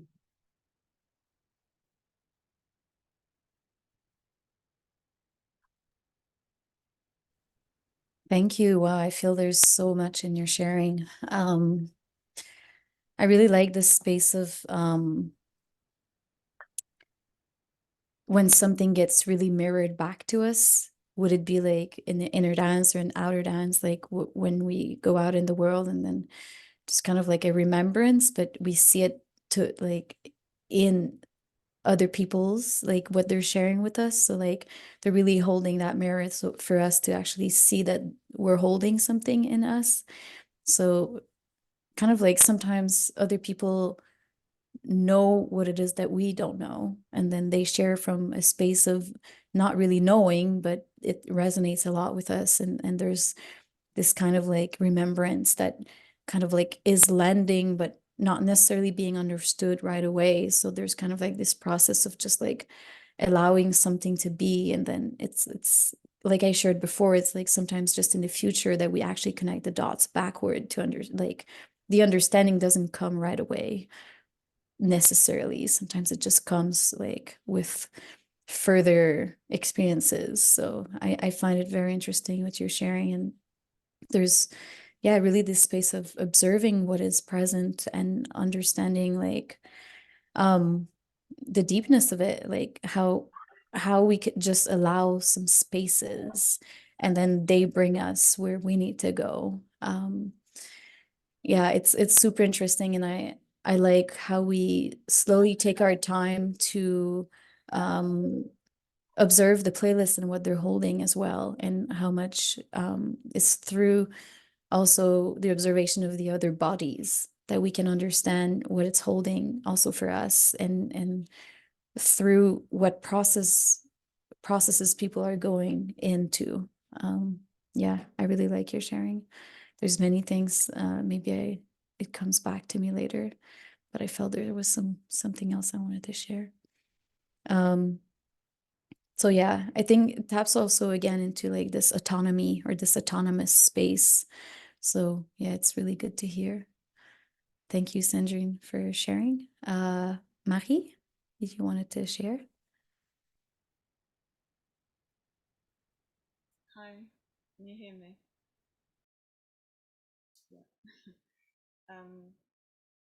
Thank you so much, everyone, for sharing, and feeling a little bit nervous talking in front of everyone. But something that just came to me as you were saying that is, in some cultures, this idea of time and the past being in front of us and the future being behind us, actually, because we know what has already gone, but we don't know what is yet to come.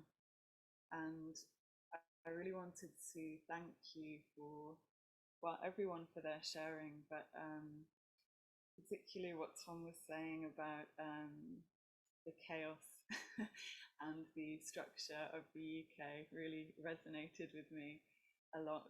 And your journey, Tom, sounds very similar to my own. And it's been really interesting coming back to this place and sharing inner dance here. And it was really, really useful to hear you talking about how you create a sense of safety. And I noticed a part of me being really frustrated and because I kind of can be quite reckless, fearless, whatever adjective you want to use, and be like, well, why can't people just do it? Like, why can't people like let themselves go there? And I think that also touches on what Fanny was saying about being able to give compassion to all parts of yourself and wherever you're at on the journey, by being the facilitator. And so it was really interesting to hear about these extra kind of layers of instruction and offering that you offer people. And it's interesting because I'm also a yoga teacher, and in that, when I have my yoga teaching hat on, I am that entirely. But when it comes to inner dance, it feels like it's a different persona, and I'm not holding space in the same way. And it's making me question, oh, well, maybe it would be more useful to create this sense of safety so that people can, like a deeper sense of safety in different ways, so that people can,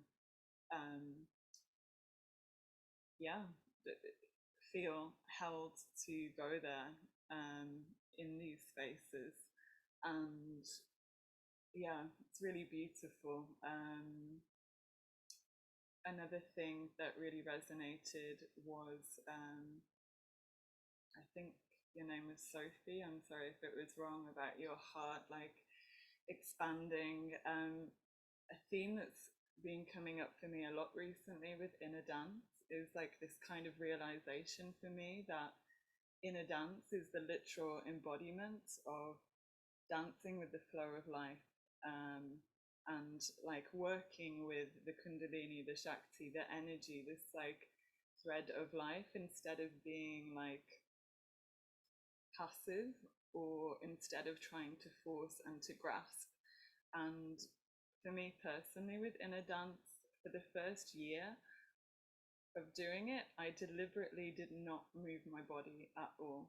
I deliberately just lay on the mat and allowed the energy to kind of move through me, and was amazed at how my body would start to move without me doing anything, and was like, oh my goodness, this is incredible, like what is this? And but then that, I think that's maybe a reflection of how in our everyday life we are, you know, like more human doings than human beings. We're going like always trying to make things happen and having to push. So it was really interesting to take the space of the observer, but then that became a pattern in and of itself, of that I had a story I'd created of like, no, I can't move, I have to lie here.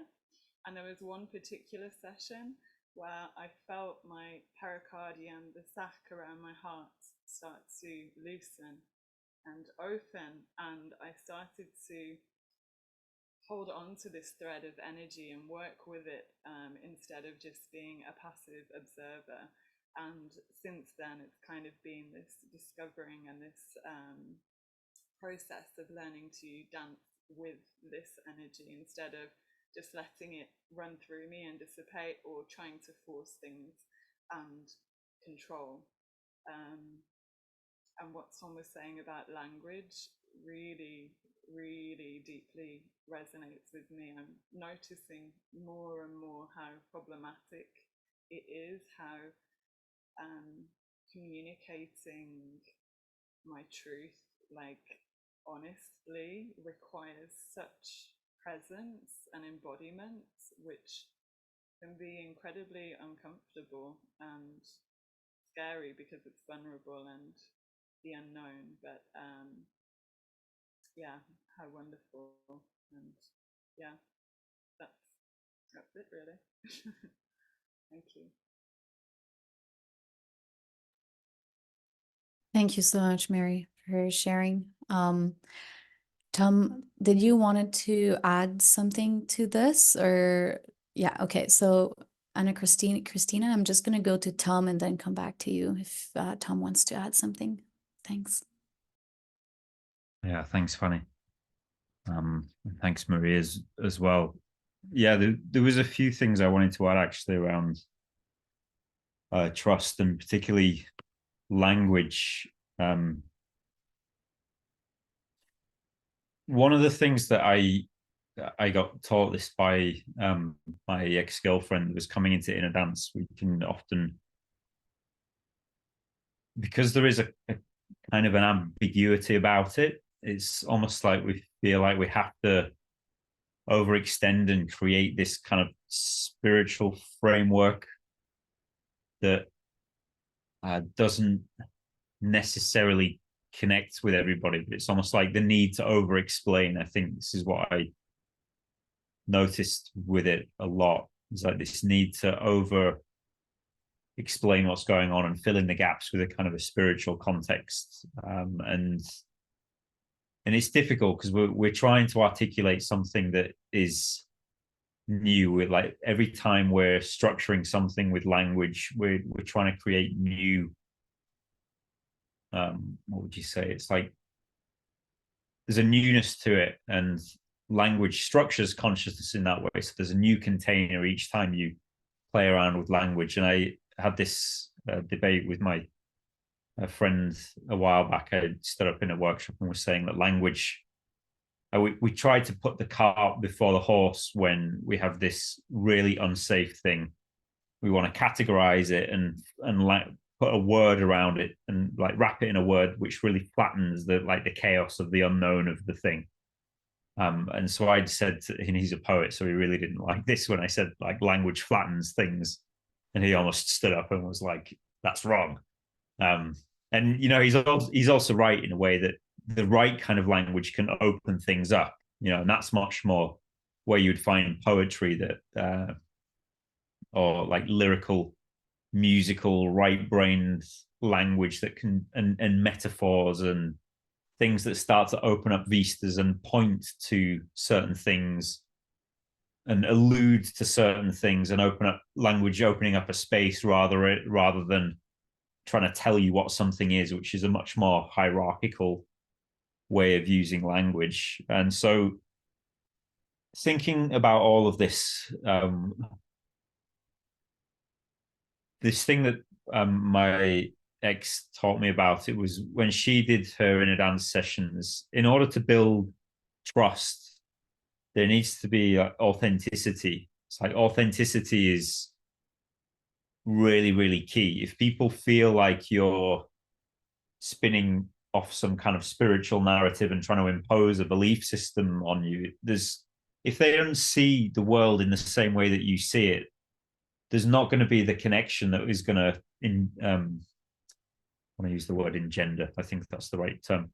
But there's not going to be it's not going to engender trust in the experience, because they'll feel, oh, this person has a belief system that they're trying to convince me of, you know, and automatically my wall goes up, which says, no, that's not my thing. So it's like language from up here doesn't necessarily connect as much as language from here, which is why when you're speaking and when you're using language to try to create containers and structure an experience and build trust, it's more stuff that comes from here, which is authenticity. Like, oh, you know what, I had this was my experience here, and I don't know what it means, and I don't have to know everything that it means. And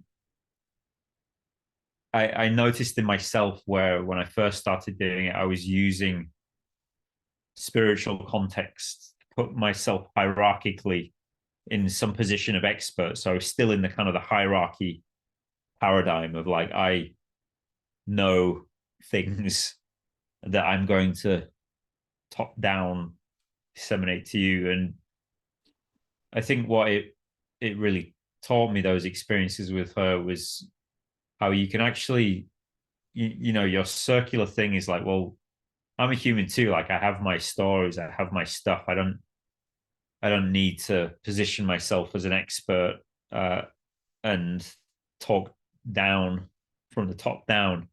And so bringing authenticity, and there is some kind of skill with it, because, you know, there's also oversharing. And this is what I like about what Pi talks. He uses the symbol of the Vesica Pisces, and he's like, look for that thing in the common space, like the thing in the middle, and speak to that. You know, what's the common ground between you?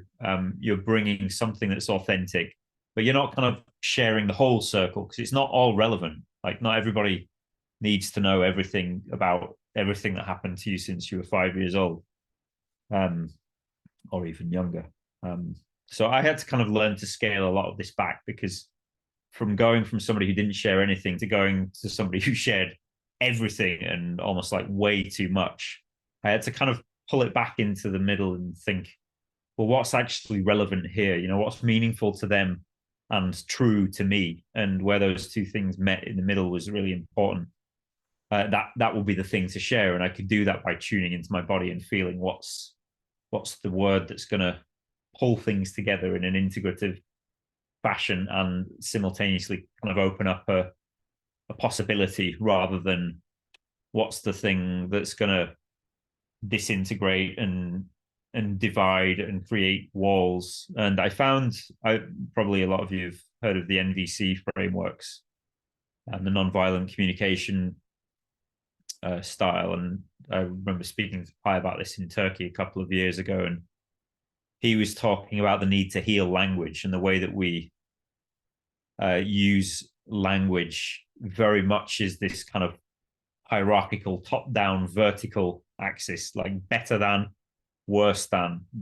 And we're so used to using language in that way, and so used to structuring things in that way, that we forget that what it's all in service of, which is needs. You know, needs is like, in NVC they would say, it's like a please and a thank you. I'm asking for something, or I'm receiving something. It's the giving and receiving of things. And we only use the bad, better model in service of that kind of heart-based horizontal connection. And whereas we've got it flipped the other way around, where it's like, I'm going to judge this thing, and I'm going to put it above and hierarchy this using language, and then I'm going to assume that that's how the world is, because that's the way that I'm using language to structure my consciousness, forgetting that, you know, if I'm doing that, if I'm making hierarchies out of things using language, somebody else is doing exactly the same thing, but then we're going to come to loggerheads at some point, and I'm going to have to convince them that my version of good is better than their version of good, and there's going to be this domination thing that ensues. So I really found that using language that is more need serving, like very simply, and building the using language in a way that builds that kind of awareness in me has been fundamental. But like really simply, when you're coming into, say, an inner dance space, it's like, what does it need? You know, what do these people need?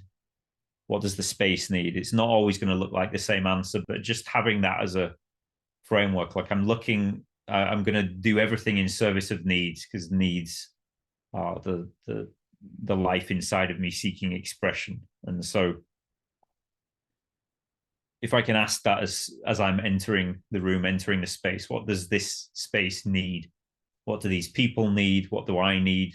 What's needed here? That can be a really useful way of just grounding everything. And the same friend actually who I had that exchange with had talked about how his, like, the base level is need, and then above that is want, and then he'd had this structure from Buddhism which was demand and love and wish for and dream of, and then live for right at the very top. And it's this kind of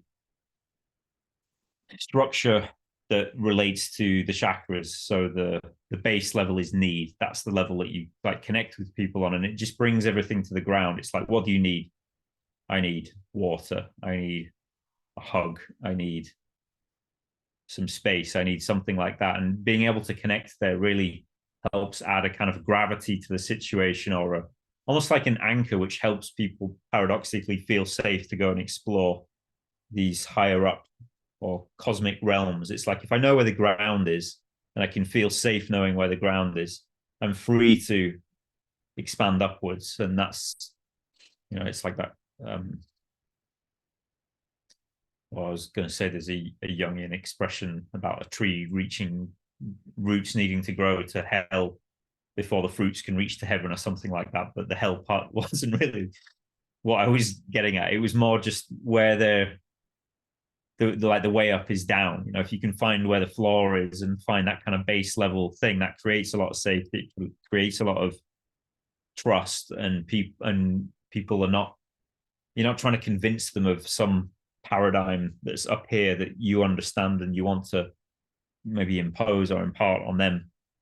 You're just looking at, what do they need? What does the space need? What do I need? That anchors everything. And then from there's a much kind of greater sense of safety that people can go off and have a deeper experience, as far as I found. I think that was everything. Oh, there was one more thing.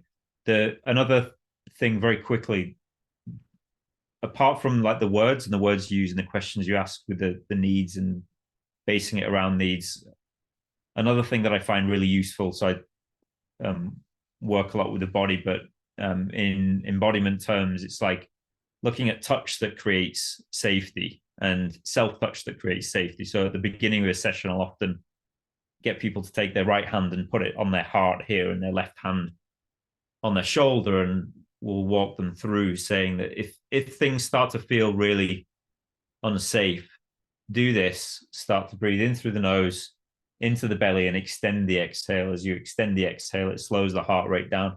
And it just gives them a little point to say, okay, I know that if things get a bit squirrely and a bit like chaotic, I'm going to be able to come back to my body, feel where I am. I know like a basic way to breathe that's going to help facilitate my experience, so I can feel safe and comfortable in my own skin, or at least this sense of meta safety where it's safe not to feel safe. Like it's not that the fear is the problem, it's my relationship with that fear and how I feel and experience that fear, and the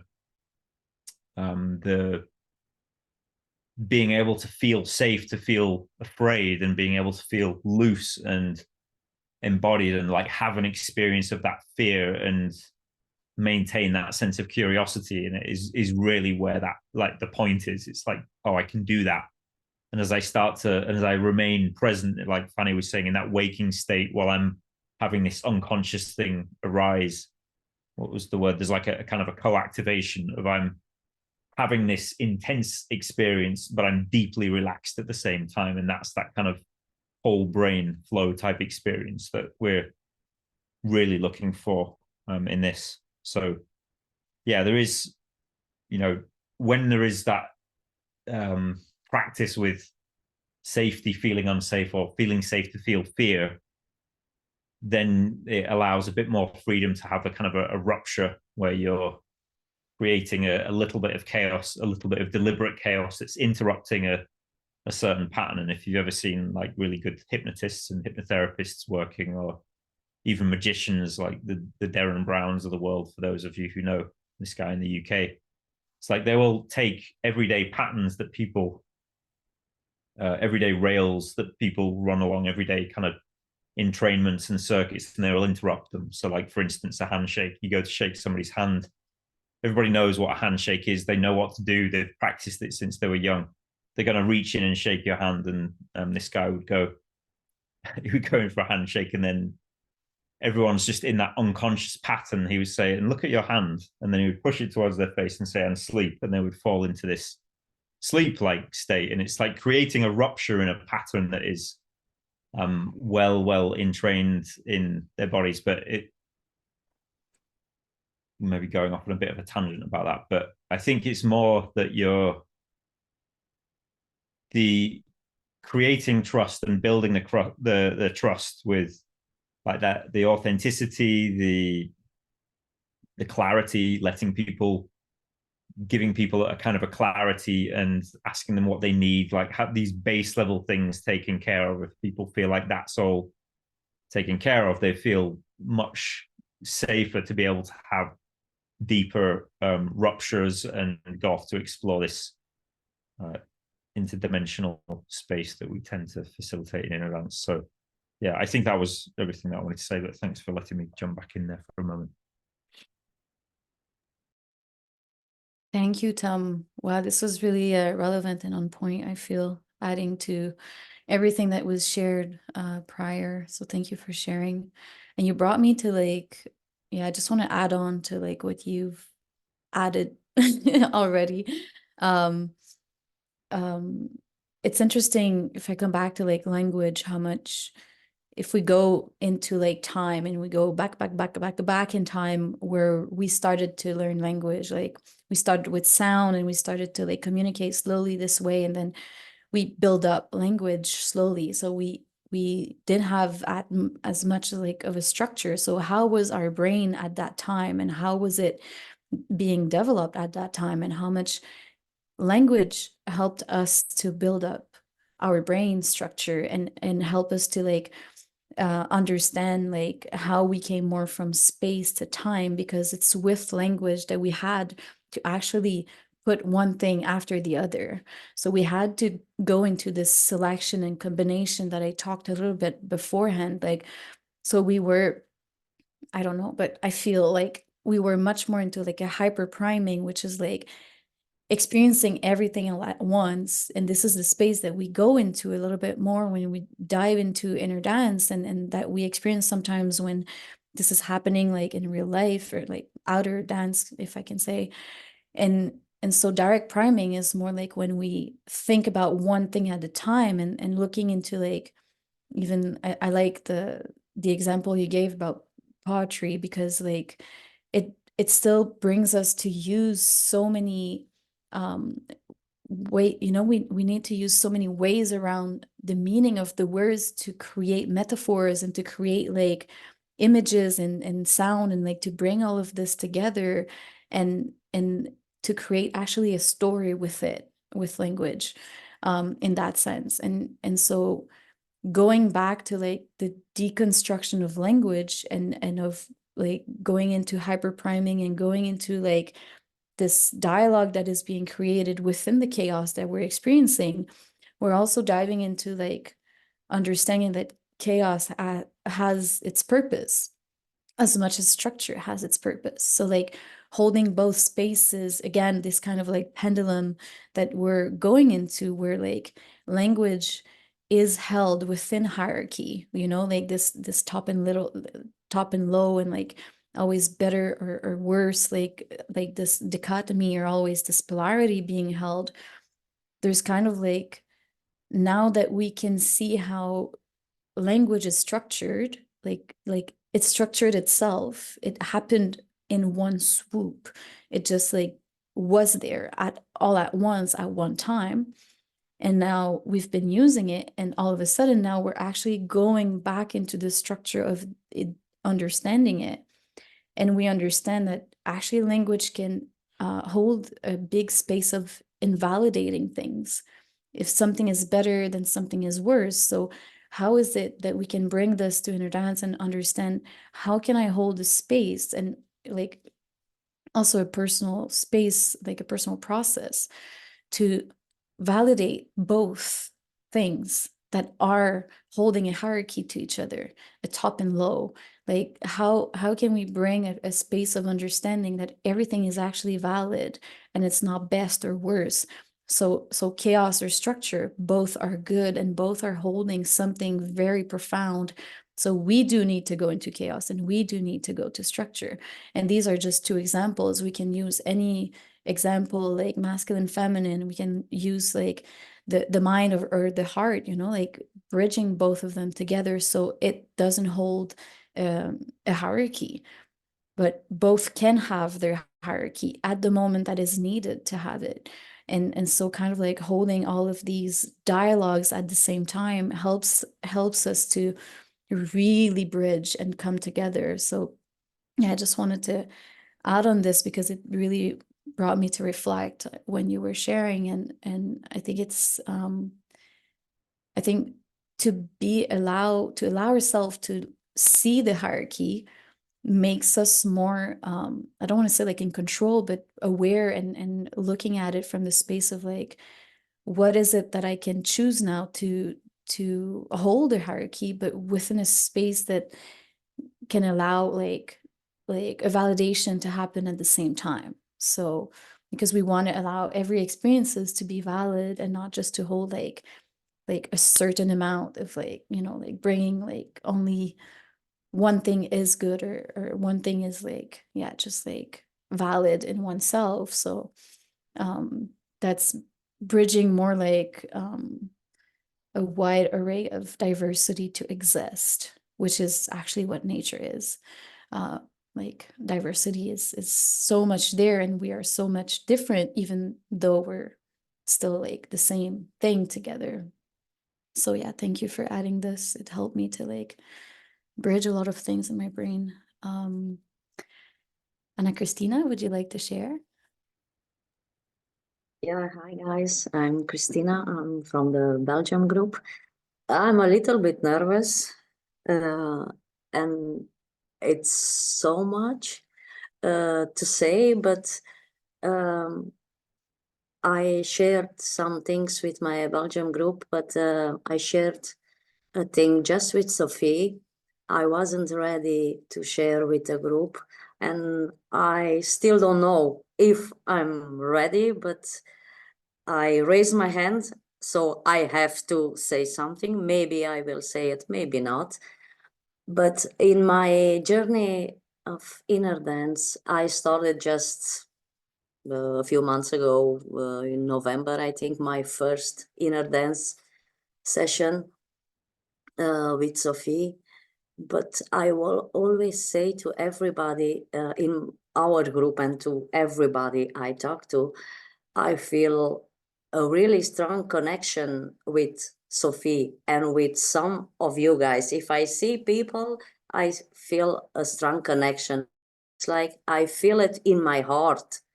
It's not, oh, I like how you talk, or but I saw in myself a lot of changes. I'm a very stubborn person. sometimes, most of the time, I was like my way or the highway, and I can have my own opinion and sit on it and grab it and don't let it go. But with inner dance, I learned I have to be more open. I am open, but on some levels, I was really holding to everything. Yeah, that's part of being in control, I think, and feeling that that's one thing I can control in my life, because there are so many things I couldn't control in my life. So I had a few nice experiences, like everybody says, oh, why I cannot have such a wonderful experience than somebody else has. But I'm patient, and I always think someday it's gonna come. And always I'm going somewhere. In begin, I was falling asleep, and I thought, okay, but afterwards I can feel it when I fell asleep and when I'm going somewhere. I can't remember. Sometimes they are flashes, but I cannot put them together. What is the meaning of what I'm seeing? But I started to feel the energy in my body. I never felt, maybe I felt it, but I didn't know what it was. I feel it like it's coming in waves. In the beginning, that was a little bit in my knees. I felt the energy, but now it's from here down, it's coming in waves. But it's not when I'm laying down, just when I'm laying down, it's happening. It can happen if I talk to you people, I can feel it. It's going. But I will get emotional, I think. I hope not, because I'm trying to observe it from distance and just let it come. After Sophie shared her experience with us, everybody was a little bit crying and sad. But then in the evening, we get her playlist and I listened to it the whole night, 3 times. I fell asleep. Oh, I have to put it again. I put it again. So till in the morning, I listened to the playlist 3 times. Okay, I felt some things, okay. But then in the morning, I just felt I have to listen to it again. So I put it again and things started to happen. I started to feel a warmth in my chest and it went deeper and deeper till I felt it in my back. Yeah, I don't know how to explain it. It was like somebody was shooting lasers, hot lasers on my chest. And then I started to cry. I started to, I don't know, I saw myself, it was precisely in the dark, in the void. I was at the end of the world and I wanted to scream, and that warmth come from my chest to my throat, but it stopped it just here and I couldn't scream. I was screaming inside and they were coming sounds out, but like I couldn't scream. And then after a while I was screaming. Then I thought my neighbor's gonna come knock at my door. What happened? And I was screaming and crying and screaming. And I think more than half I'm forgetting now. And I wasn't really, really sad, but I was crying, but I wasn't either in ecstasy from happiness, but it's I have so much feelings inside that I don't know how to get them out, how to express myself. And sometimes I think maybe it's nothing, but with everybody's sharings, I can resonate with almost with everybody. You experience that, oh, I had that also, or I feel that also. And sometimes I think, what's that? But now I get a little bit to understand. I know we all connected, but I'm connected, but here my mind it's saying you are crazy. It's not possible. Yes, it's possible. And then my body feels more and more at ease. Yes, you can feel it. You feel it. It's true. You have to be yourself. I just forget a lot of things and now I'm starting to remember them. It's possible. Everything is possible. but then I see myself, because my group knows I had experiences when I was awake. Really, I was with people in rooms, different people. And then I had to ground myself. Of course, Sophie helped me, because I didn't understood what is happening to me, because it was my first big awaken experience. And then I was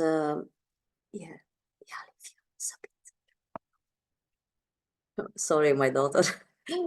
And what Sophie said with the water, I saw myself in a room. It was like a studio, a big studio, a big window and trees. And then I was sitting in a room facing myself in a lotus position. And I was, I don't know, meditating or something. I don't know. And I had a white, black pants. And then the wall on my side, and was water coming. It was a how you say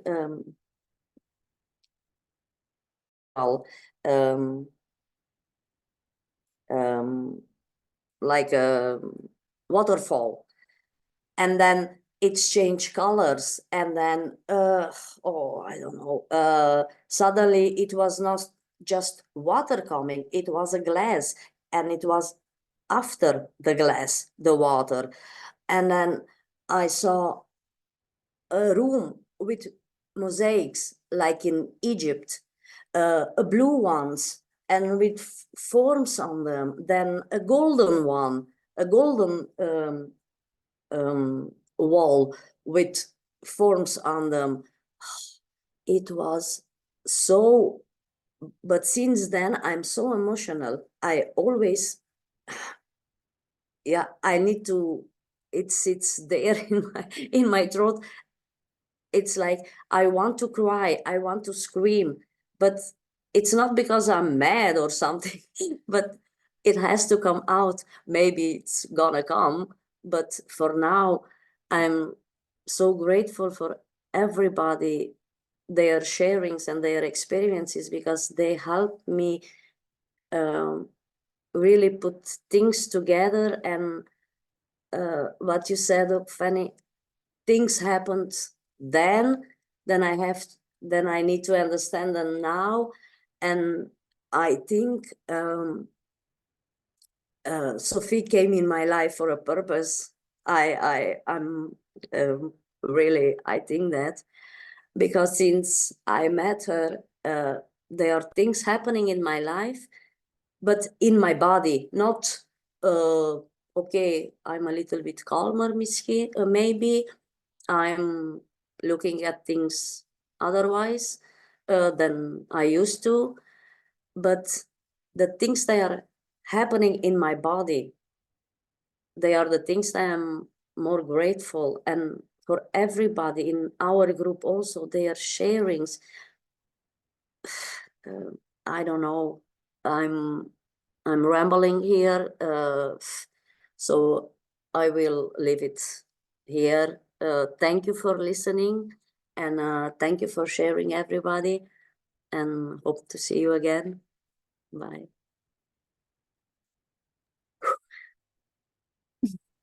Wow, Christina, thank you so much for sharing.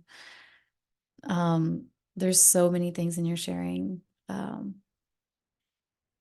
It's beautiful to see the remembrance of trust itself. That it's, there's just something showing you that the trust is already there and it has been there all this time. And yeah, thank you. I think a lot of people would resonate with your sharing. Thank you. Jimmy, would you like to share? Hi, everyone. I just wanted to share quickly that I put something in the chat group. We talked a lot about language and the effect in the inner dance process, and also the feeling of going to the mother state in the womb, and being connected to that, and being in the state of being free the language experience. But the article has actually a special impact for me in this whole thing, because in Belgium you could say we have split in two languages, or actually three, but that's a really small part.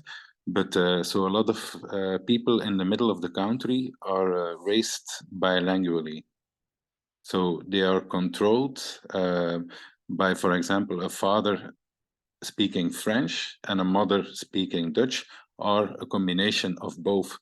And the article goes, in fact, about that they did tests on babies who were born, and they saw that they were born, and in the first month that they were living, they saw another way of receiving sounds in their brain. So they had a very, you could say, higher attention for language. So with every sound they heard, they had higher attention for verbal and to analyze words. And that's actually a brain state which, or a brain wave they didn't notice in non-bilingual raised children. So it's, and then they eventually saw that being in the womb and being there, you're already related with frequencies and language in the womb. And that I thought was a very special thing. Also, yeah, because how it is, then you could say, if you have somebody in your session who is raised in two languages, who has a mother who is speaking two languages, and how will she go in the process? That was, but the link is in the chat, so if you want to read it, it's there. So that I wanted to share. Thank you. Thank you, Jimmy. Yeah, it is super interesting. I've heard before this, like, the brain is developed differently for a child that is like has bilingual parents also. So this is interesting because it's related to the bilingual mother. So I also imagine, how would it be if like there's 3 or 4 languages being spoken in the house or like around it, and coming from also different root of language, like you have like the Latin root that can be one way, but then the English or any Asian language, like how would the brain actually develop, because it's such a different structure. So yeah, it's super interesting. Thank you for sharing. We're approaching the 3-hour mark. So I would like to know if anyone would like to share anything more. There's still some space if you feel like adding something, holding a question or anything, any insights.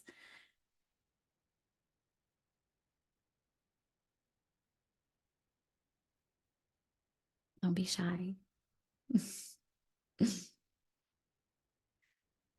Okay. Thank you everyone for this very, very enriching call.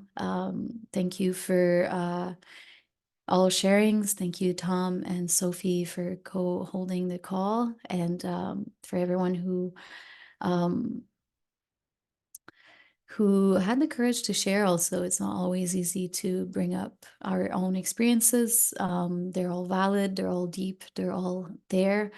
And it's always also allowing us to go into a space of growth.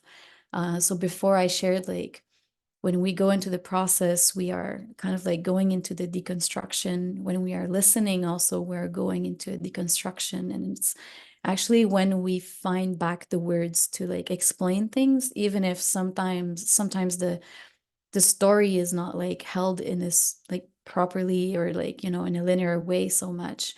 This is where we reconstruct. This is where the language is being reconstructed. This is where the synaptic connections are being reconstructed also. So I just want to, yeah, point this out and thank you for showing this and allowing us to see this as well. So yeah, so just if you want to help me close and unmute and just say good morning, good evening, or good night to everyone. Good evening. Good night. Good afternoon. Bye. Buenas noches. Bye. Bye. Good Thank night. you. Thank you.